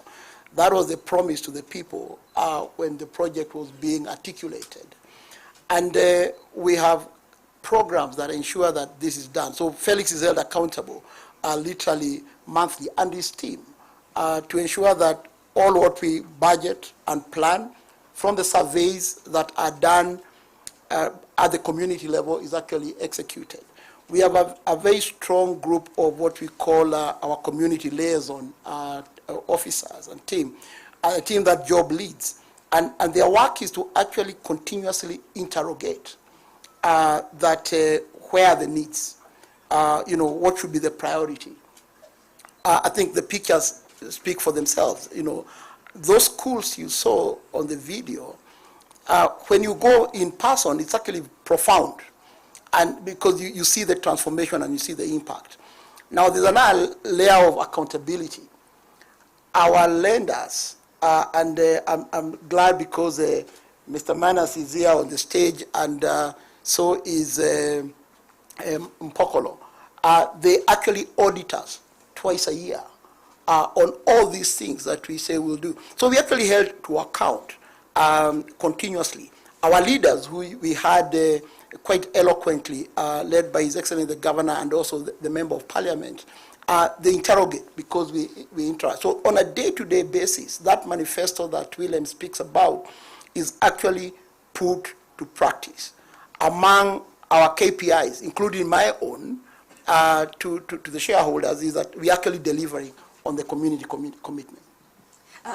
Just while I'm still with you, Mr. George, the country has set an ambitious target of 100% green energy transition by the year 2030. We've already heard what Lake Turkana wind power is contributing to the grid. That's 11%. In what way do you think Lake Turkana wind power project can contribute to this ambitious target that the country has set for itself? I think there are many ways. The first way is just to demonstrate that it can be done. I think that's the most profound. When you think about the vision then, which has been discussed quite clearly, Turkana appear to be very far. I can tell you that some of the initial partners actually pulled out because they thought this can be done, it's too remote, there's no infrastructure.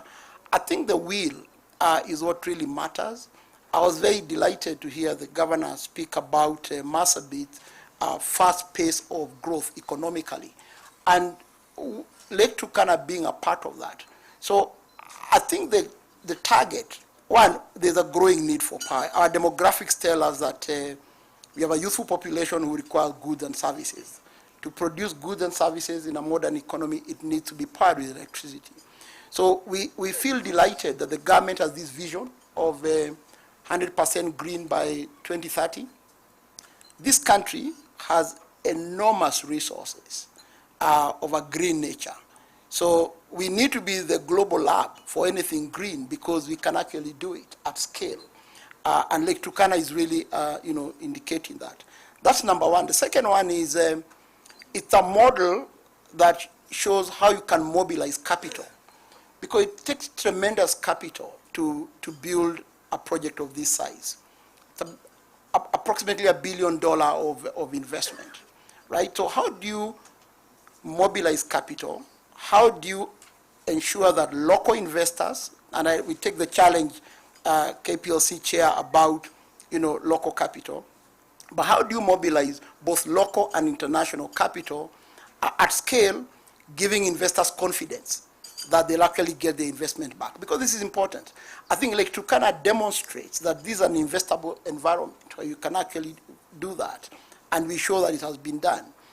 There's a comment which also resonates with the question you asked about how are we building skills so that the next level of projects can actually benefit. So if we were to do a waterfall to just demonstrate what the composition of the company workforce was maybe a few years ago and what it is now, what you can see is that there's actually a rise of skill transfer.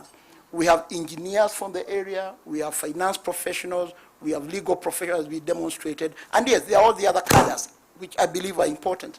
So Lake Turkana demonstrates a number of things that are possible: capital, skills, and structuring, successful partnerships. Yes, and indeed it does prove that doing good is also good for the bottom line, because I think that's been a huge argument when it comes to sustainability, and just understanding that it's not just a nice to have, and it is not a big expense for the organization, but it actually contributes to the bottom line, and of course the good of the community in which you serve. Mr. Aluru, you are, taking a look at this from a bird's eye view, if you like, from the industry. What, in your view, are maybe some of the crucial best practices that the industry needs to adopt to ensure sustainability and, indeed, like we've heard already, building public trust? Thanks. Well, thank you. And I think let me start with the second part, because I think is the one that has been most impactful for us as an association. There's the way we are perceived as independent power producers. There's the way we are perceived as even wind farms and specific big infrastructure projects in a certain location. And it's normally from a point of view of, it's like we are extracting and not giving back to the locals, local community, or even the local economy itself, let's say like Kenya as a country. And again, it's one of the points you've raised, Chairman, around having local investors. So we really need to step out of our comfortable cocoons. Most of these companies are normally more or less engineering companies, people who don't like to communicate, people who prefer to work with machines. So we must step out, come out to the public, and really explain what is happening in the sector, make Kenyans understand how we build up the cost of power, which I think you also mentioned. When there's issues around a specific project, like for the instance, the hot potato in the room around the land, it's important for us to actually come out and discuss and see how this can sort of allow everyone to reach the same level of understanding. For instance, this specific case, about 2 years ago, there was a global wind energy report that was being produced. I was called as one of the people to review the report. And in the report, they had gone in great detail, out of whatever was publicly available, to discuss around the land issues in Lake Turkana and all that. And the way whatever is reported, and they will do that report based on, let's say, NMG reporting or citizen reporting, not really having sat down with either the local leadership or the project leadership to try and understand what's going on. So if we just allow the narrative to be taken over by whoever hits the press first, then we really face a significant danger as an industry. Now, in terms of the best practices, I think, though it might seem repetitive, I've been a wind developer in my past life. It is very important to engage the community as early as possible, involve them in all sorts of communication on decisions, on things that are happening on site. It's really important. Even the exchange you've seen today, where the local leadership are saying, you've done A, B, C, D, and these are the other things that we would want you to do. And then also the company itself saying, these are the things we are actually able to do based on whatever we have. It's really important for us to continue to have this dialogue where we can understand each other, the company, the community, and then see somewhere there's a middle ground on what is possible. Because for sure, for all these projects, the most important thing is how you bring along your community. So I would stop at there. Yeah, because energy by its nature is extractive, right? And so it is important to demonstrate how you are providing value back from the community from which you are extracting as well. And that's an important thing about also coming out and being open. I want us to talk technical a little bit with you, Mr. Aluru, first, because, as we're talking about this transition towards 100% green energy by 2030, it's still important to have a proper energy mix. And I think, as Madam Chairman had said a little earlier in her keynote remarks. But so, what's that strategic approach, in your view, to ensuring that you have a proper energy mix that provides the energy that a very young and vibrant population requires, and not just to ensure that it's secure, it's reliable, and it's affordable, So what is that delicate balance of the energy mix that needs to be achieved? Yeah, I think Madam Chairman will agree with me. That's a really difficult kind of technical difficult, not really difficult to explain. What we want to achieve is reliable supply that is at a cost that will allow us to do whatever kind of economic activity in whichever area, like set up a big factory in Marsabit. So for us to achieve that, we look at what is in our hands. For instance, in Kenya, you have very good geothermal resources. We have particularly good wind resources around Marsabit, around this site, and a few other sites, but not as good as this site. We have solar, and we will still need, sorry? Yeah, go on. Yeah, we will still need a bit of the others to just support.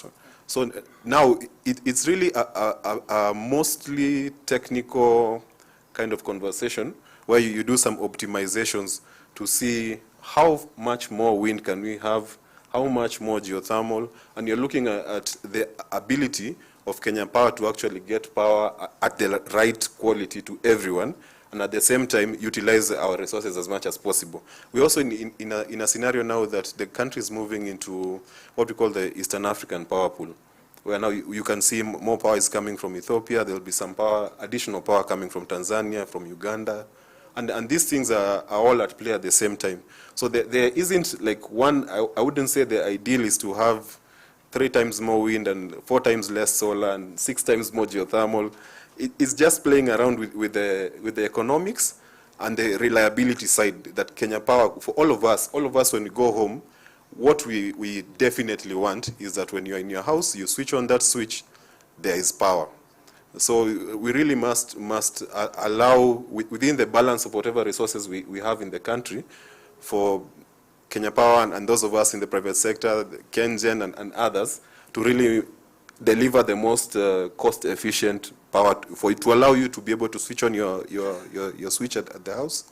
And if it's in some rural area, be able to actually build a big power plant. There's something called the tiers of electrification. So there's you having a light bulb, there's you being able to actually do a big factory and have 24-hour power that is reliable and is cost effective. Because again, the issue around cheap power will not always be cheap.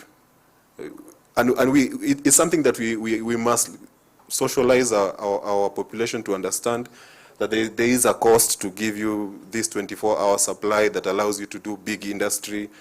There'll be a cost associated to it. So long as we understand that in the build-up of that cost, we make sure that we are ruthlessly efficient to ensure that there's no fat. Yeah. Whatever number comes at the end is really what we will have been able to achieve based on our resources. Right, because once you enhance that efficiency across the process, then even that cost is something that would be bearable by the consumer on the other end, because they've been able to understand the efficiency that's been taken up across the chain. Let's talk money and let's talk funding for a moment. So I want to come back to this side of the panel with you, Ms. Makara. So you have some serious safeguards that you put in place or demand from an organization before you can make a commitment to the investment. Talk to us about what are the most paramount safeguards that you demand, and whether financial institutions have moved beyond just, sort of ticking check boxes, and the ways in which you ensure that these safeguards are in place. And thank you for the opportunity, Yvonne. I think for us, most importantly, for any project, and power in this instance, given that Lake Turkana does generate power, is number one, have you done the due diligence? And due diligence is not only technical, it's operational, it's life cycle. We have heard throughout the morning in terms of what Felix mentioned when the project was conceptualized, 2005. It has 14 years to go. So if you look at that time frame, that's 34 years in total. And I think sometimes the focus tends to be on the operational stage of the project. We really look at how much time has gone into understanding the environment in developing. Willem has mentioned that before the project was conceived, due diligence was done on-site to understand what the residents and the communities of Lake Turkana need. It was water, given that it is an arid environment. Now, from our perspective as an institution, we are signatories to what you call the Equator Principles, which were principles developed around 2010, where institutions signed up to sustainability in the sense that when we look at whether it is limited recourse project finance transactions or whether we're supporting our corporate clients, we have an obligation to make sure that there are principles that we meet in terms of sustainability. Does this, not only financially, but in terms of being able to operate in the environment and in the community that is meant to serve, have particular aspects been taken care of? And from us, really, the ESG due diligence typically precedes the financial close stage, and it takes around 18 to 24 months, depending on the environment that you're in. And that really talks to getting the permitting right, understanding the conditions, understanding if you're going to transport wind turbines or the nacelles from the port of Mombasa, say to speak, because you're importing them. We've heard that there are Vestas turbines in this project. Are you shipping them in the right way? Once they get to the port, are you delivering them in the right way? Are we transporting them in the right way? Will they get to site and be constructed properly? Are there spare parts to ensure that if one turbine breaks down, can it be replaced to ensure that the integrity of the project is in place? Can it continue to be able to generate the megawatts or the gigawatts hours that it has committed to KPLC to ensure that the power purchase agreement is not in breach? So us as a financier, because we understand that our role is to facilitate capital in the sense that we typically advance, depending on the project and the type of risk allocation and metrics, around 80% of the funding of that $1 billion that George mentioned would be in the form of debt finance. Our capability as a financier, so a lot of the reliance we place is on the due diligence, the advisors, and ensuring that whatever plan Lake Turkana would have put in place in terms of its manifesto to the community of Marsabit, that is actually maintained. And the only safeguards we can do that is partnering with an investor group and sponsors like the Lake Turkana sponsors who have done the work in terms of understanding the environment and their geography where they're going to implement the project. But secondly as well, have similar projects been done and operated and sustainably been able to deliver what they've set out to deliver, not just from a wind generation perspective, but also operationally to the community to ensure that even though the PPA does not necessarily have a community engagement requirement, that they take it out of their own goodwill to ensure that to support the project and its ability to be able to perform, they think about all the blind spots, which are not only financial or technical, but that are necessary to ensure the continuity of Lake Turkana continuing to generate electricity. And as part of that, supporting a partner like the Lake Turkana investors and shareholders is they don't only think of this phase, the 300 odd megawatt of the project. They think about it long term. You know, there is a transmission line that is in place to ensure that, you know, over the long term, the project can evacuate power beyond Marsabit, but to demand centers across the country. So it's not only a localized solution, it's about, do they understand the environment in Kenya? As George has mentioned, is it understood what the wind environment looks like? And that is really our job as a financial institution to say, are we looking at the metrics objectively, but also in terms of what Lake Turkana needs to do to ensure the integrity of its operations, as well as what their legal commitments are in terms of the power purchase agreement that they've entered into with KPLC. Yeah, and just like Lake Turkana Wind Power, that has put in place some really robust ESG frameworks and principles. What are some of the innovative funding mechanisms that you have or think should be in place to support developers such as LTWP and others to ensure that you're not just supporting them, but you're also incentivizing many other developers to adopt the ESG frameworks? I think what we've also begun to see is the emergence through the Sustainable Development Goals of a lot of capital globally being put in place to ensure that sustainability is thought about not only through energy access, but education, clean water, and just access to a sustainable and quality livelihood. And in that, we've been able to partner with the likes of AFDB as a development finance institution, as an example, to say your mandate as a development finance institution is to facilitate development where commercial capital, which is where we play as the Standard Bank Group, Stanbic Bank. And how can we partner and work with yourselves to bring together our different pools of capital to provide sustainable forms of financing for projects such as Lake Turkana? Now, we may be limited purely because of how we are regulated from a capital perspective, in terms of how long we can provide funding, as well as the risk that we can take. We can't take equity risk, which is often borne by the shareholders and sponsors, and sometimes by the development finance institutions, who are able to say, if we can ensure that particular metrics are met operationally, then we will make sure that we can provide guarantees, whether it's commercial guarantees or political risk guarantees.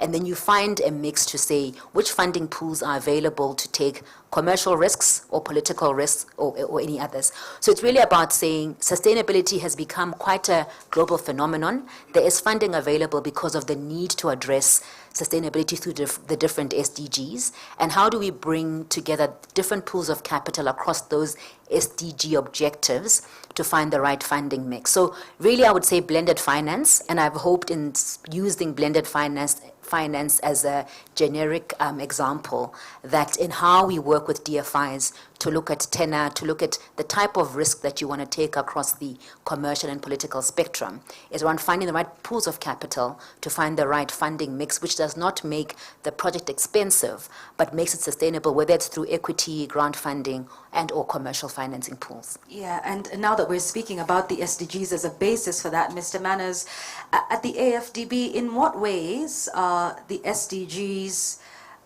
used or integrated into the important decisions that AFDB has to take in terms of which projects you select, how you do the due diligence, and how you manage the portfolio of the funding you provide to an organization? Okay. Thank you, Yvonne, and thank you, Chairman, for having us here. At the African Development Bank, we are the premier development bank in Africa. Mpokolo has really preempted a lot of things that we do together. We partner with local banks, we partner with the government, we partner with private partners to foster development in Africa. As you may be aware, there are 5 strategic focus areas that we have been focused on for the past 10 years, and we are continuing with those for the next 10 years again. That is Light Up and Power Africa. That's where Lake Turkana fits. Feed Africa, Industrialize Africa, Integrate Africa, and Improve the quality of life for the people of Africa. Those are the 5 pillars that we are working with. I think we can probably do more, but I think they cover probably 90% of what Africa or what the development aspirations of Africa are about. So in that regard, in terms of just fusing that with SDGs, if you look at the 5 pillars of our strategy, they cover close to 90% of the SDGs, the 17, 18 of them, but also it also covers the Agenda 60, the AU's Agenda 2063. So that was the deliberate by the African Development Bank to choose those 5 pillars and really seek to contribute to the achievement of the SDGs.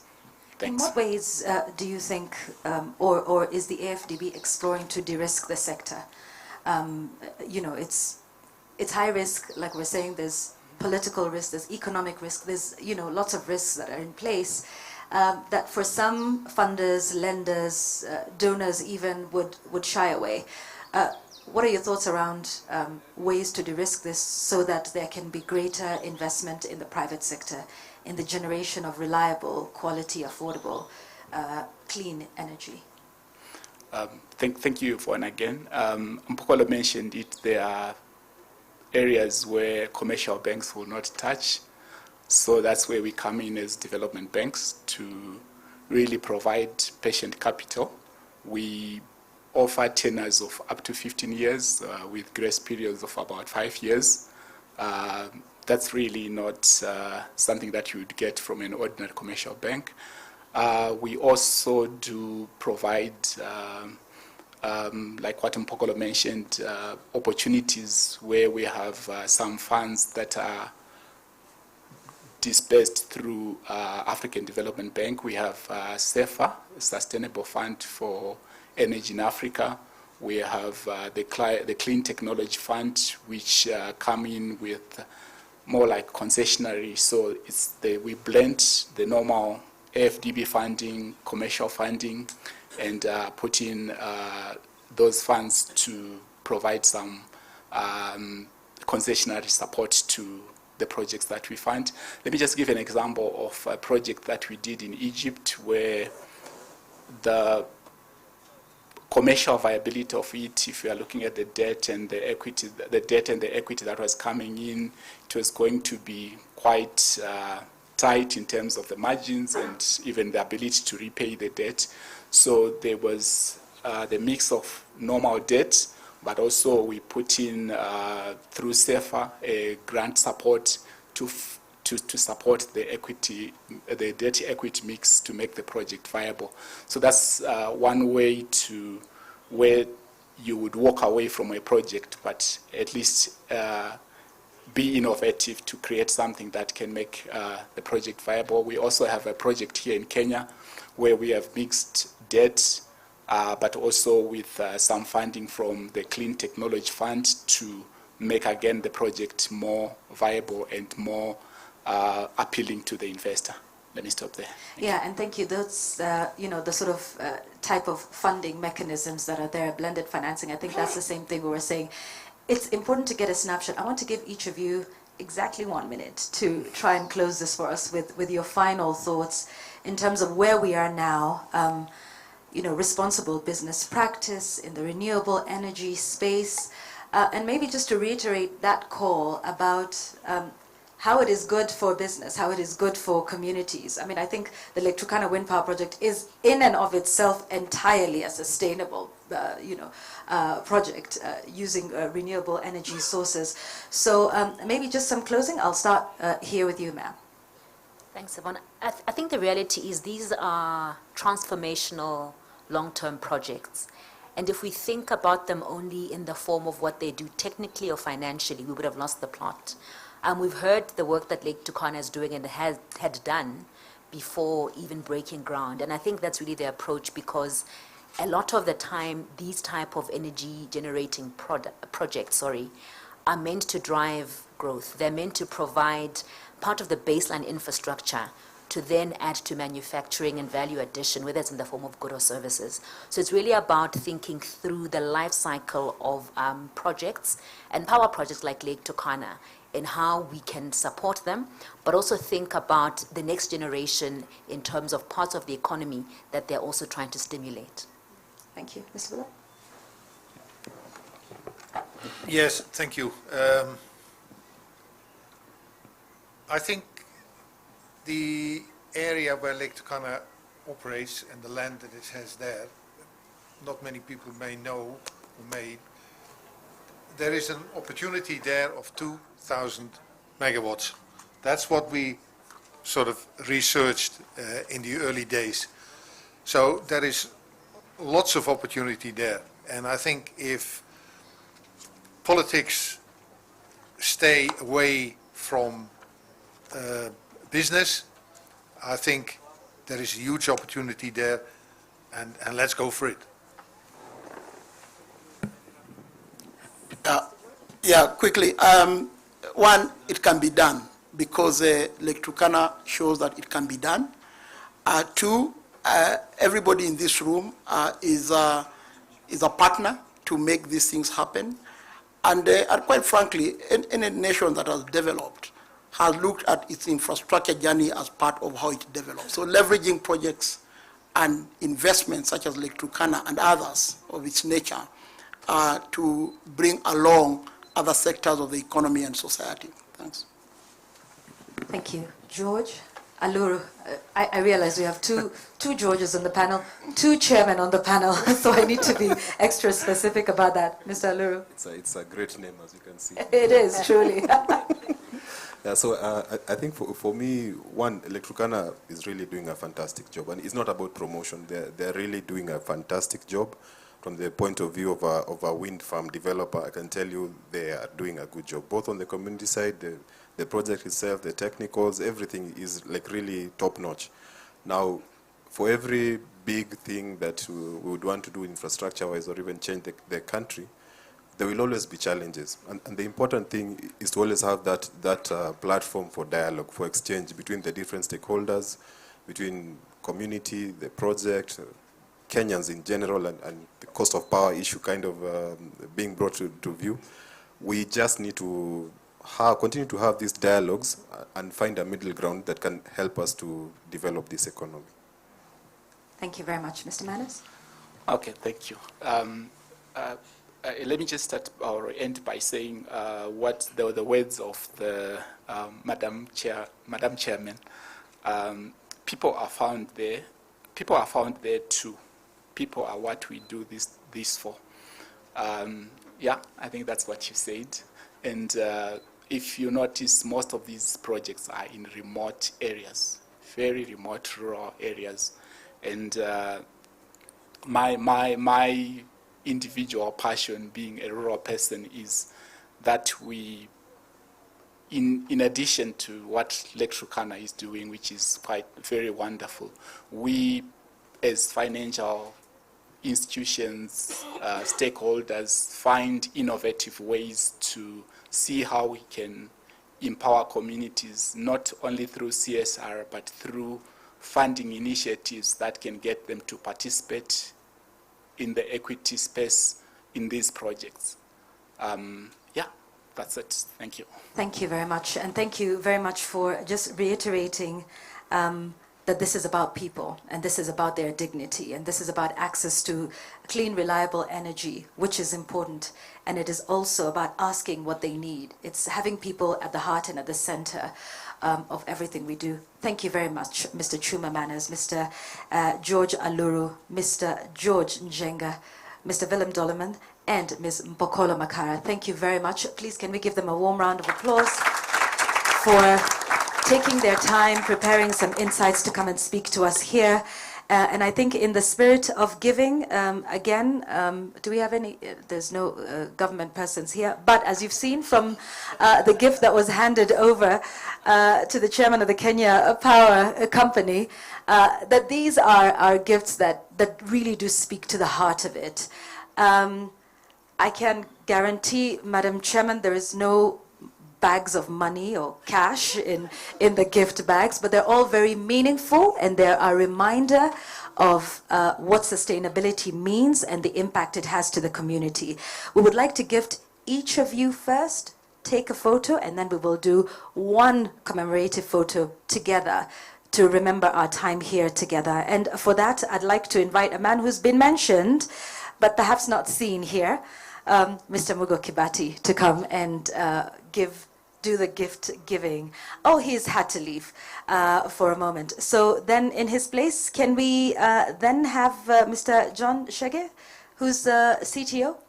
Mr. Shege, could you please come up? You know what helps him to get on stage is a nice warm round of applause.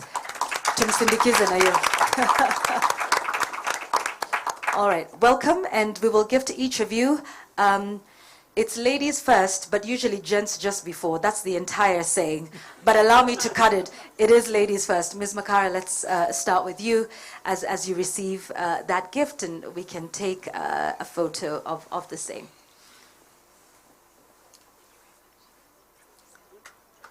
Karibu sana, thank you. Thank you for the work that you're doing. Up next, even you, Mr. Dolleman, receive this gift. Even you, the gift giver, also becomes the recipient this time around. Thank you very much for your vision, for your ambition. and for saying that it can be done, Mr. George Njenga. It indeed can be done, and we thank you for your stewardship of the Lake Turkana Wind Power Company. Asante sana. And Mr. George Aluru for keeping the energy sector in check and for ensuring that the industry is viable, sustainable, and speaking indeed on behalf of developers in the sector, we thank you. Last but certainly not least, Mr. Chuma Manners, for taking the risk. It's a huge risk. Somebody's got to do it. And AFDB has definitely stepped up. Thank you very much. Can we now have one photo? Mr. Shege, do not leave. Can we have one photo with all of you? Maybe you can stand. Thank you very much. Ah, yes, you can hold the gifts, yes. Let's have those as memorabilia for our time here.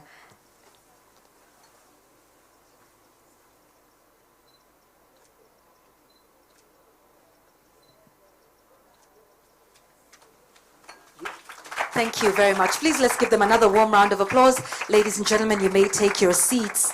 Thank you very, very much for making the time here for us. So we've talked about it. You've heard from the key stakeholders on the ground. You have seen the numbers that we have presented here. But so it is time to, before we have the big unveiling and the launch of the report, I want us to just one more time take a look at another one in video and pictures and sound. Hear directly from what is happening on the ground, and this time to take a look at all of the great innovations that we have seen in health that Lake Turkana Wind Power Project has taken on over the last year in their sustainability report. Watch.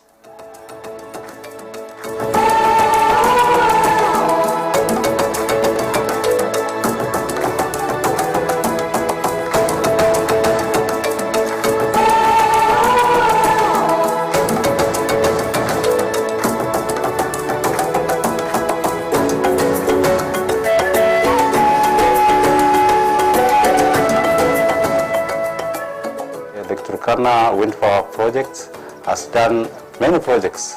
There is a male ward in Leisamis Center. Currently, we are starting building a Lontolio maternity. Watu wengi walikuwa wanaenda far sana kutafuta subjects ya lab. Saizi tuko hapa na subjects mingi za lab tunaofa, tuko na machines za kutosha. So imekuwa hizi, imereduce your distance ya kwenda na pia imesaidia kwa early diagnosis. Watu wengi walikuwa wanachukua time sana ndio waende watafute hizo testing, lakini kwa sasa hii kila kitu iko hapa. We really appreciated the camp because many of the people from the hard to reach places at least got the opportunity to be served well. The triage was also done very well. Nobody was left. And for us, the nurses, we learned a lot because the doctors were indulging us, and we are so happy. Since handing over, the utilization of this ward is up. People feel confident regardless of their status. We have life-saving equipments which came with this facility. So many patients benefited from those equipments and their life was saved. Niligonjeka kidogo, ndio nilijipata kuja hapa kupimwa na nikapatikana ugonjwa wa kalasa. Ndio nikalazwa na nikaanza matibabu. When you go to rooms like this one, it's spacious enough for two people, so you cannot complain. There is enough light. The beds are very comfortable. I need to congratulate those who have done this. This is having a humanity in that heart of the people. So it's great, and we don't take that for granted. This facility now is being used by a lot of areas, not only Loglobo. Kambwe is using this facility because some of the tests we are doing here, you can even hardly get in other areas. So to have these machines here has helped not only Loglobo, but also the towns living in the environs.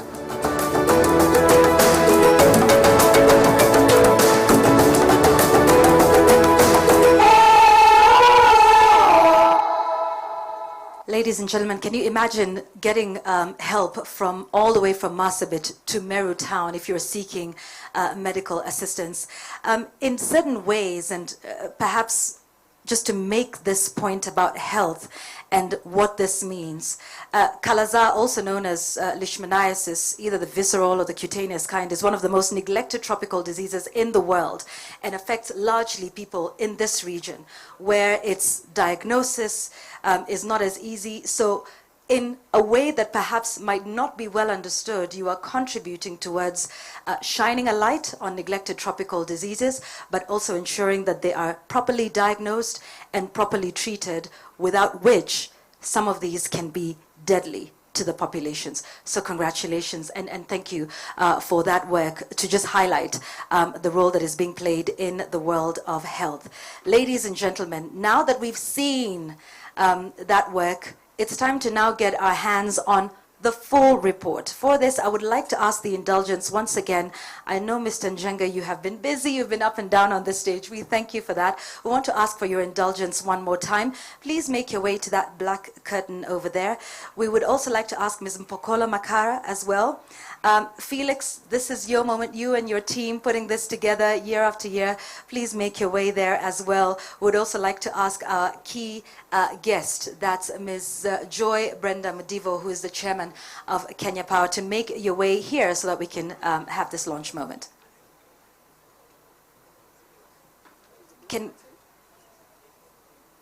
As we prepare for that, we must not forget the landlord, or else we might go back and find you have no house. Your wind turbines, all 365 of them, they say, well, peleka hizi kwingine, but we're thankful and grateful for that. Asante sana. It's a great moment that we have here. Please stand there. We have this moment, maybe 3 on one side and 2 on the other. Ladies and gentlemen, the moment we've all been waiting for, a year's worth of work, but indeed close to a decade of putting this in place. Ladies and gentlemen, time now for the official unveiling of the Lake Turkana Wind Power 2024 Sustainability Report.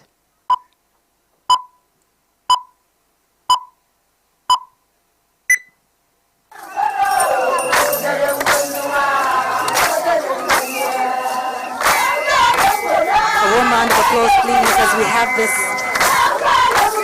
wonderful launch moment going beyond turbines.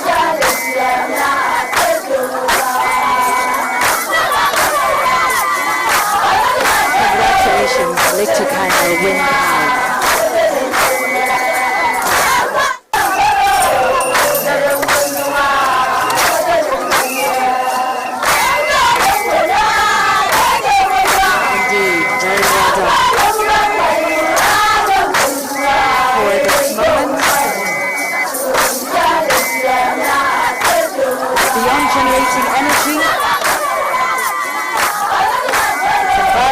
Impact, its social and community impact, empowering people in the community, building skills,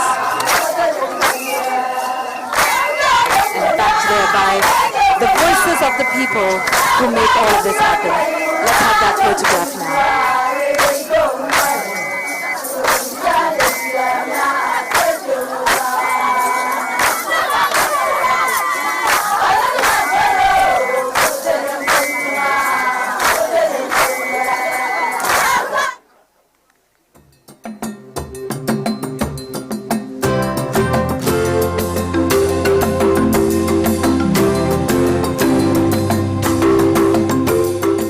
The first school to receive this administration block.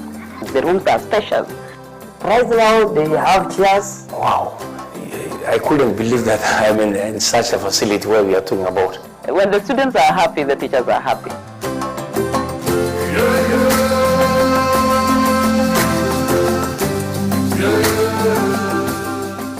My names are Chris Ogom. Just Okay. for one moment, as we watch that once again on education, thank you very much, ladies and gentlemen. Please take your seats. We thank you for being here with us at this pivotal moment. We would also like to take another 2 sets of photos, and perhaps this might require some more people coming back. Can we have the panelists that we had, Mr. Manners, before? I'm sorry. I'm sorry, I know I caught you walking out. I think we can have that just to remember the people who spoke with us. I believe, is Ms. Makara here? I believe, oh yes, you are. Do I see you? My eyesight fails me. She's left. Can we have you, Mr. Manners, Mr. Willem, as well? Mr. Njenga, again, would require you up here. Mr. Aluru? Yes, let's have you, actually no, by the report, because we've already done the photo here. And to just remember that this goes way beyond all of that, and including, of course, the fact that this is an important moment for environment, for people, for work, for skills transfer, for contribution to the country's economy. 2.6 billion shillings paid in taxes to the government is no mean feat, so we congratulate you for that moment. Once again, thank you very much for your time. Please smile for the photos. It's a happy moment. It's a great day. Thank you very much. And we can now have you take your seats. Allow me just one moment while I still have your attention, because there is so much we can showcase, but I just want to show you one more area of impact that we have in terms of the work that has been done by the Lake Turkana Wind Power Project. This time it's taking a look at water sustainability and management before we close our time here together.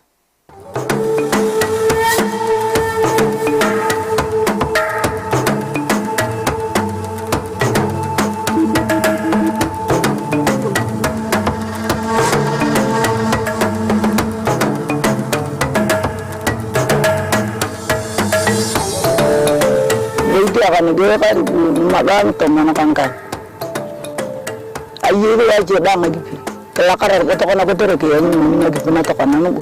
Currently at Moite we have a ball pump and the solar system and the tank. Before all this has been constructed, we go through a priority selection. We found that Moite had a high population and a problem with water. Ya kalau ngabanda orang lagi pikan bukan kena kan taken kuya kena bukan orang kudu ketatan. Arainya arman pun ni kita alto mengaji nyaman pun ni kita lagi ada markara itu pengesara titia. Ni kita lagi ada markara itu pengesara titia. Bueno, ini kita nak tu. Ibar ni kali tu. Ati akan ngaji pun na itu dinga kata. Kedara ngaji pun na magan dulu itu eja ni di bera aku. Eja kelatar tu ni tiare itu. Ngaji pun mana. When we didn't have water, it was a challenge. We were not offering the services, especially the maternity services. We were referring mothers to the nearby health centers, and most of them even delivered at home. In our facility, it has helped us in piping, giving us water. So now we have enough water in all the departments, and we are so grateful.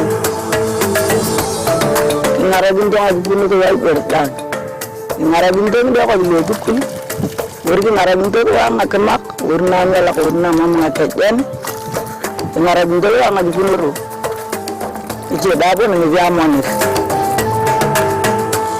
Since we drilled this bore, the community increased in this environment. Another impact also, you can see some trees inside the school. The school can access this water to plant some trees. In terms of hygiene and sanitation, we had cases of waterborne diseases around here. And since we got this water, the case has reduced. We are having children also who are going to school who are very clean, and mostly we accommodate the livestock in dry season where they can access water. We have also managed to employ some youths from this community. We have casuals for even a single month, and I have also been incorporating some from this community. Having such engagement will also tell the community it is true that there is something that the company does to the community more than what they have been always knowing about the company.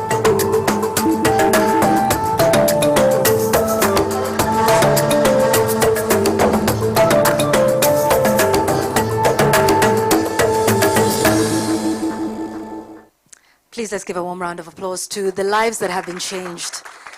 You know, until you've experienced such life, the indignity of having to travel for kilometers to look for what is a basic need, understanding this, it's not as simple as turning on that light switch and the lights come on.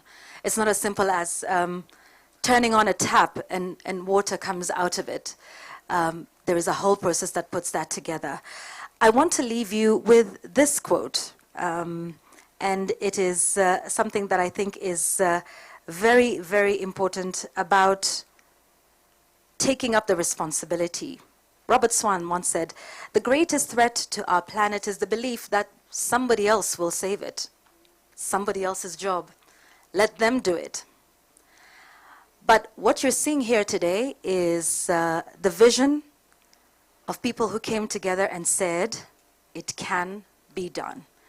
And they have proven that over the last decade or so, and you can see the fruits of that. And it can be done through collaboration, private sector, government, politicians, legislators, and most importantly, the people. It can be done, ladies and gentlemen. It has been done. And it will continue to be done by Lake Turkana Wind Power.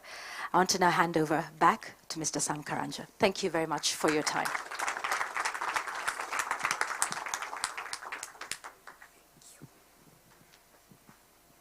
610 kilometers afterwards, we are here.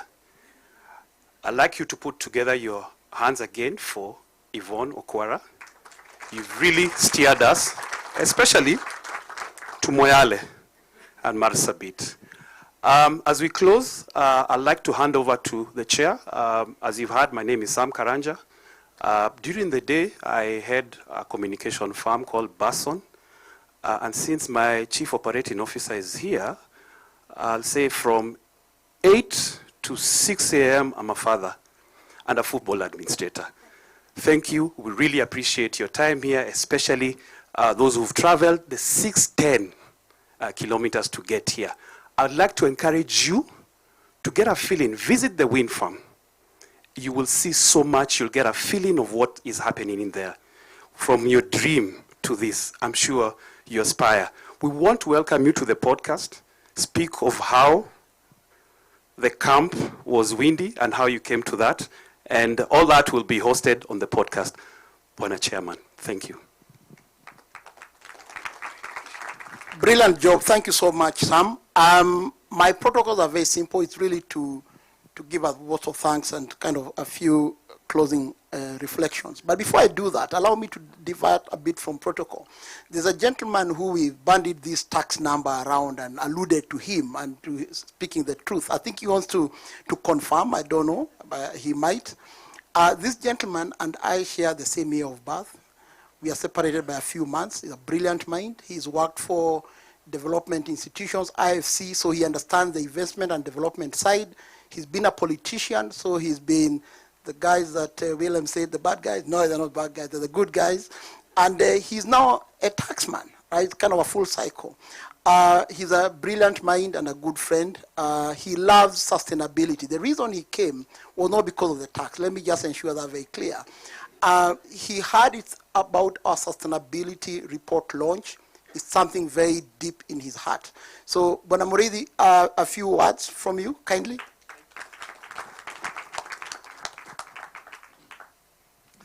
Thank you, Chairman. Let's appreciate the Chairman.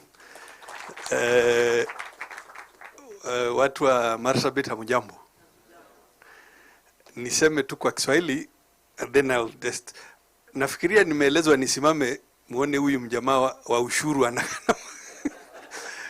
Yeah, I think I was asked to stand so you can see this tax person. But I have just 3 points. One is to confirm the numbers. Simuwapigie makofi. It is true, Lake Turkana Wind is a big taxpayer. and the number that they have shown you is the number. So please appreciate them. I think I was also supposed to confirm that Marsabit County is the fastest growing county in the Republic. In the period 2019 to 2023, they were growing at just under 10, so about 10% real growth. Appreciate. And it is quite clear some of the numbers have a lot to do with this company and this particular investment. To the chair of Wins for Change, I just want to confirm we are investing as government in part, because he said we should put back some of the tax. To give you an example, the road Isiolo to Moyale is about 42 billion. Yeah? If you think about equitable share, in the 10 years, it is 78 billion. So we are investing. My final point to appreciate the investors is I would hope you will see this investment in the broader context. Last week, we were with the governor in Addis promoting the use of the corridor that is Lapset. Because, ladies and gentlemen, as you know today, you can, when you drive from Ethiopia, you can actually get to Lamu Port with the exception of about 70, maybe 80 kilometers on between Isiolo and Modagashe that is still being constructed. So I would really encourage the partners here, the lenders, the investors, that perhaps to join with county to promote the use of this corridor, because it is by doing so that ultimately the greater energy that could be developed there could be could then find market and improve the economy of everybody in not just in Marsabit but around the region.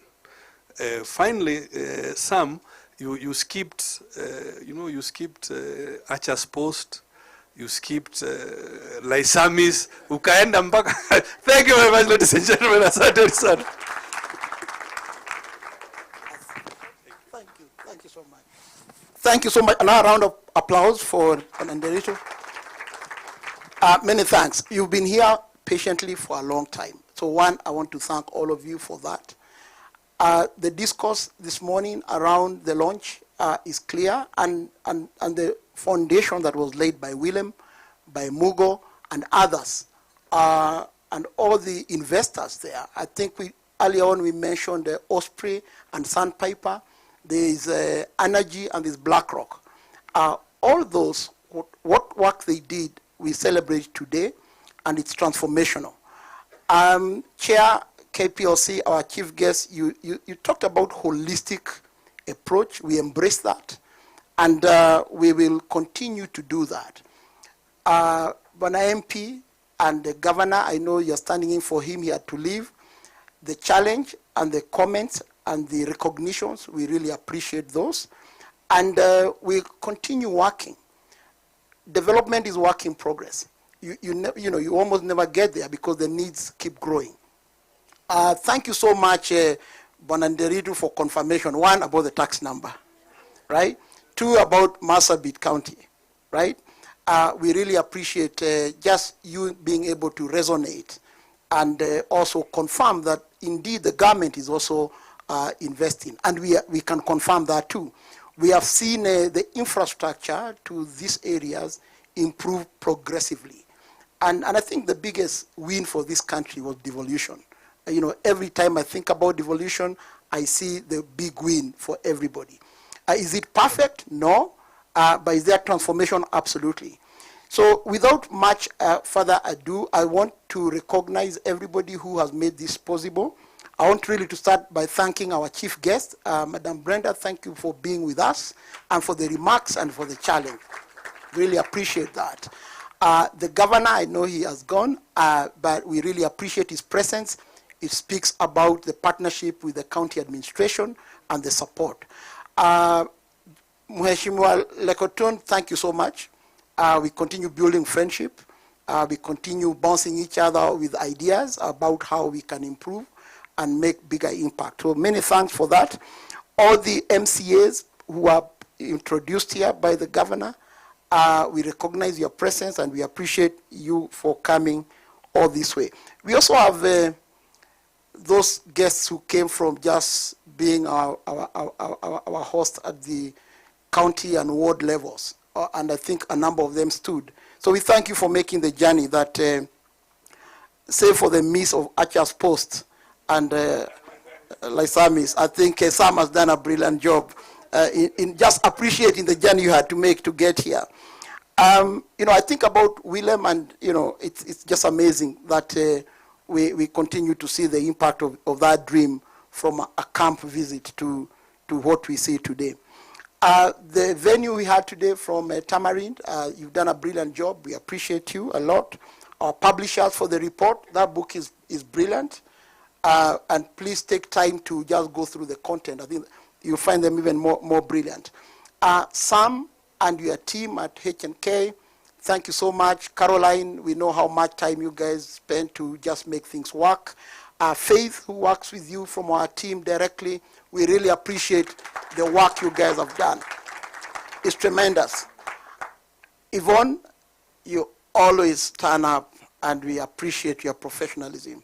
You know, I was joking with her earlier, at least today it's close quarters, not the TV screen. Yeah? But thank you so much for the work you do. All our panelists and all speakers, thank you so much for sharing your insights, your thoughts, and so on.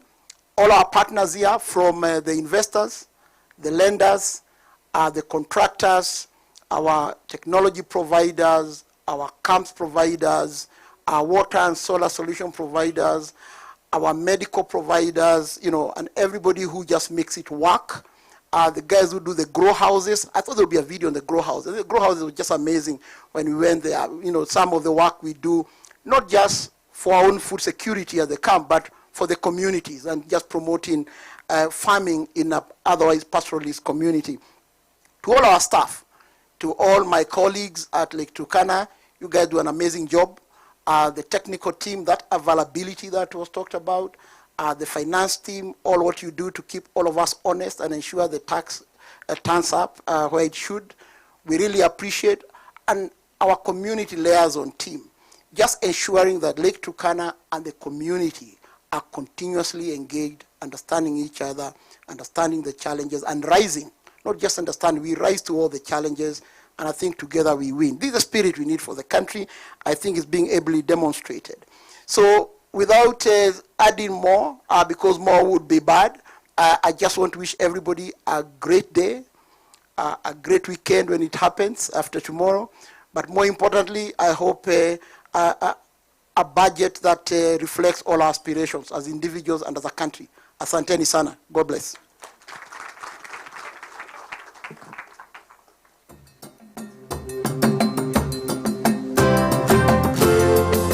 Thank you. As we come to the end, I would like to welcome anyone whose sugar levels are low. We still have some bite-ins on the other side. So karibuni na asanteni tena. Feel free to mingle also. Yeah. In the meantime, I'd like to call the senior management team. You put this together just for a photo. It's worthy your time for what you've done. So please, SMT.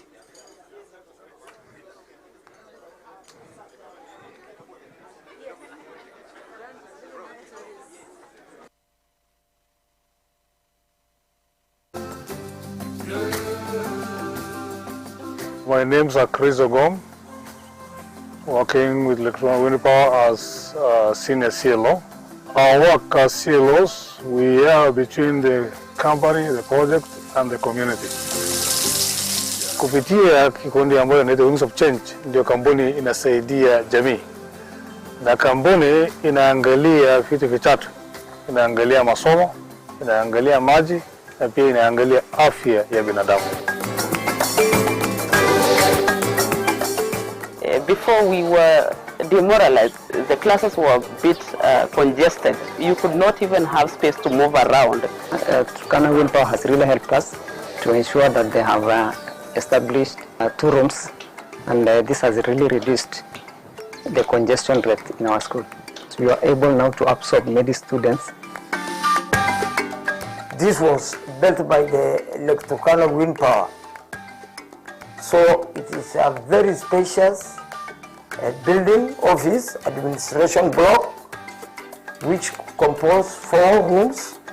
Drawers also they have for keeping their pens and some other chalks and others. Also, the power that is there has supported us in printing our own exam, as we were not doing it there before. We really appreciate it. It has been of great beneficial to the school and also community at large. We have really benefited. Before, the administration was in a store, so now we are very happy. Everyone is in his own place. It has brought a very big change in terms of teacher-learner relationship. The institution now, just because of the availability of the classroom, they have registered around 150 foremen during that time, because there was a space.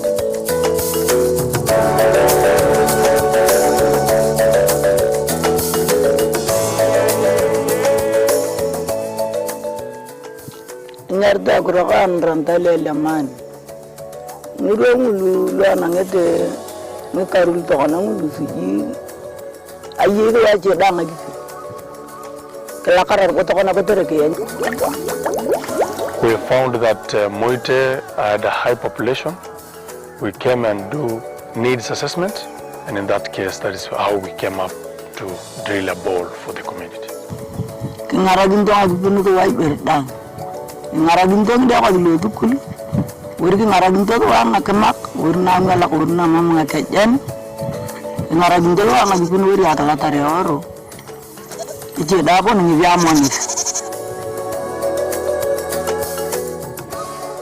When we didn't have water, it was a challenge. We were not offering the services, especially the maternity services. Now we have enough water in all the departments. Diseases have reduced, and we are so grateful. Firstly, the community appreciated this project. What is left behind is the safety and how protect the project that it's at hand. We have the bowl here. We expect them to take care of the solar system. We expect them to take care of the taps. We also expect them to take care of the tank.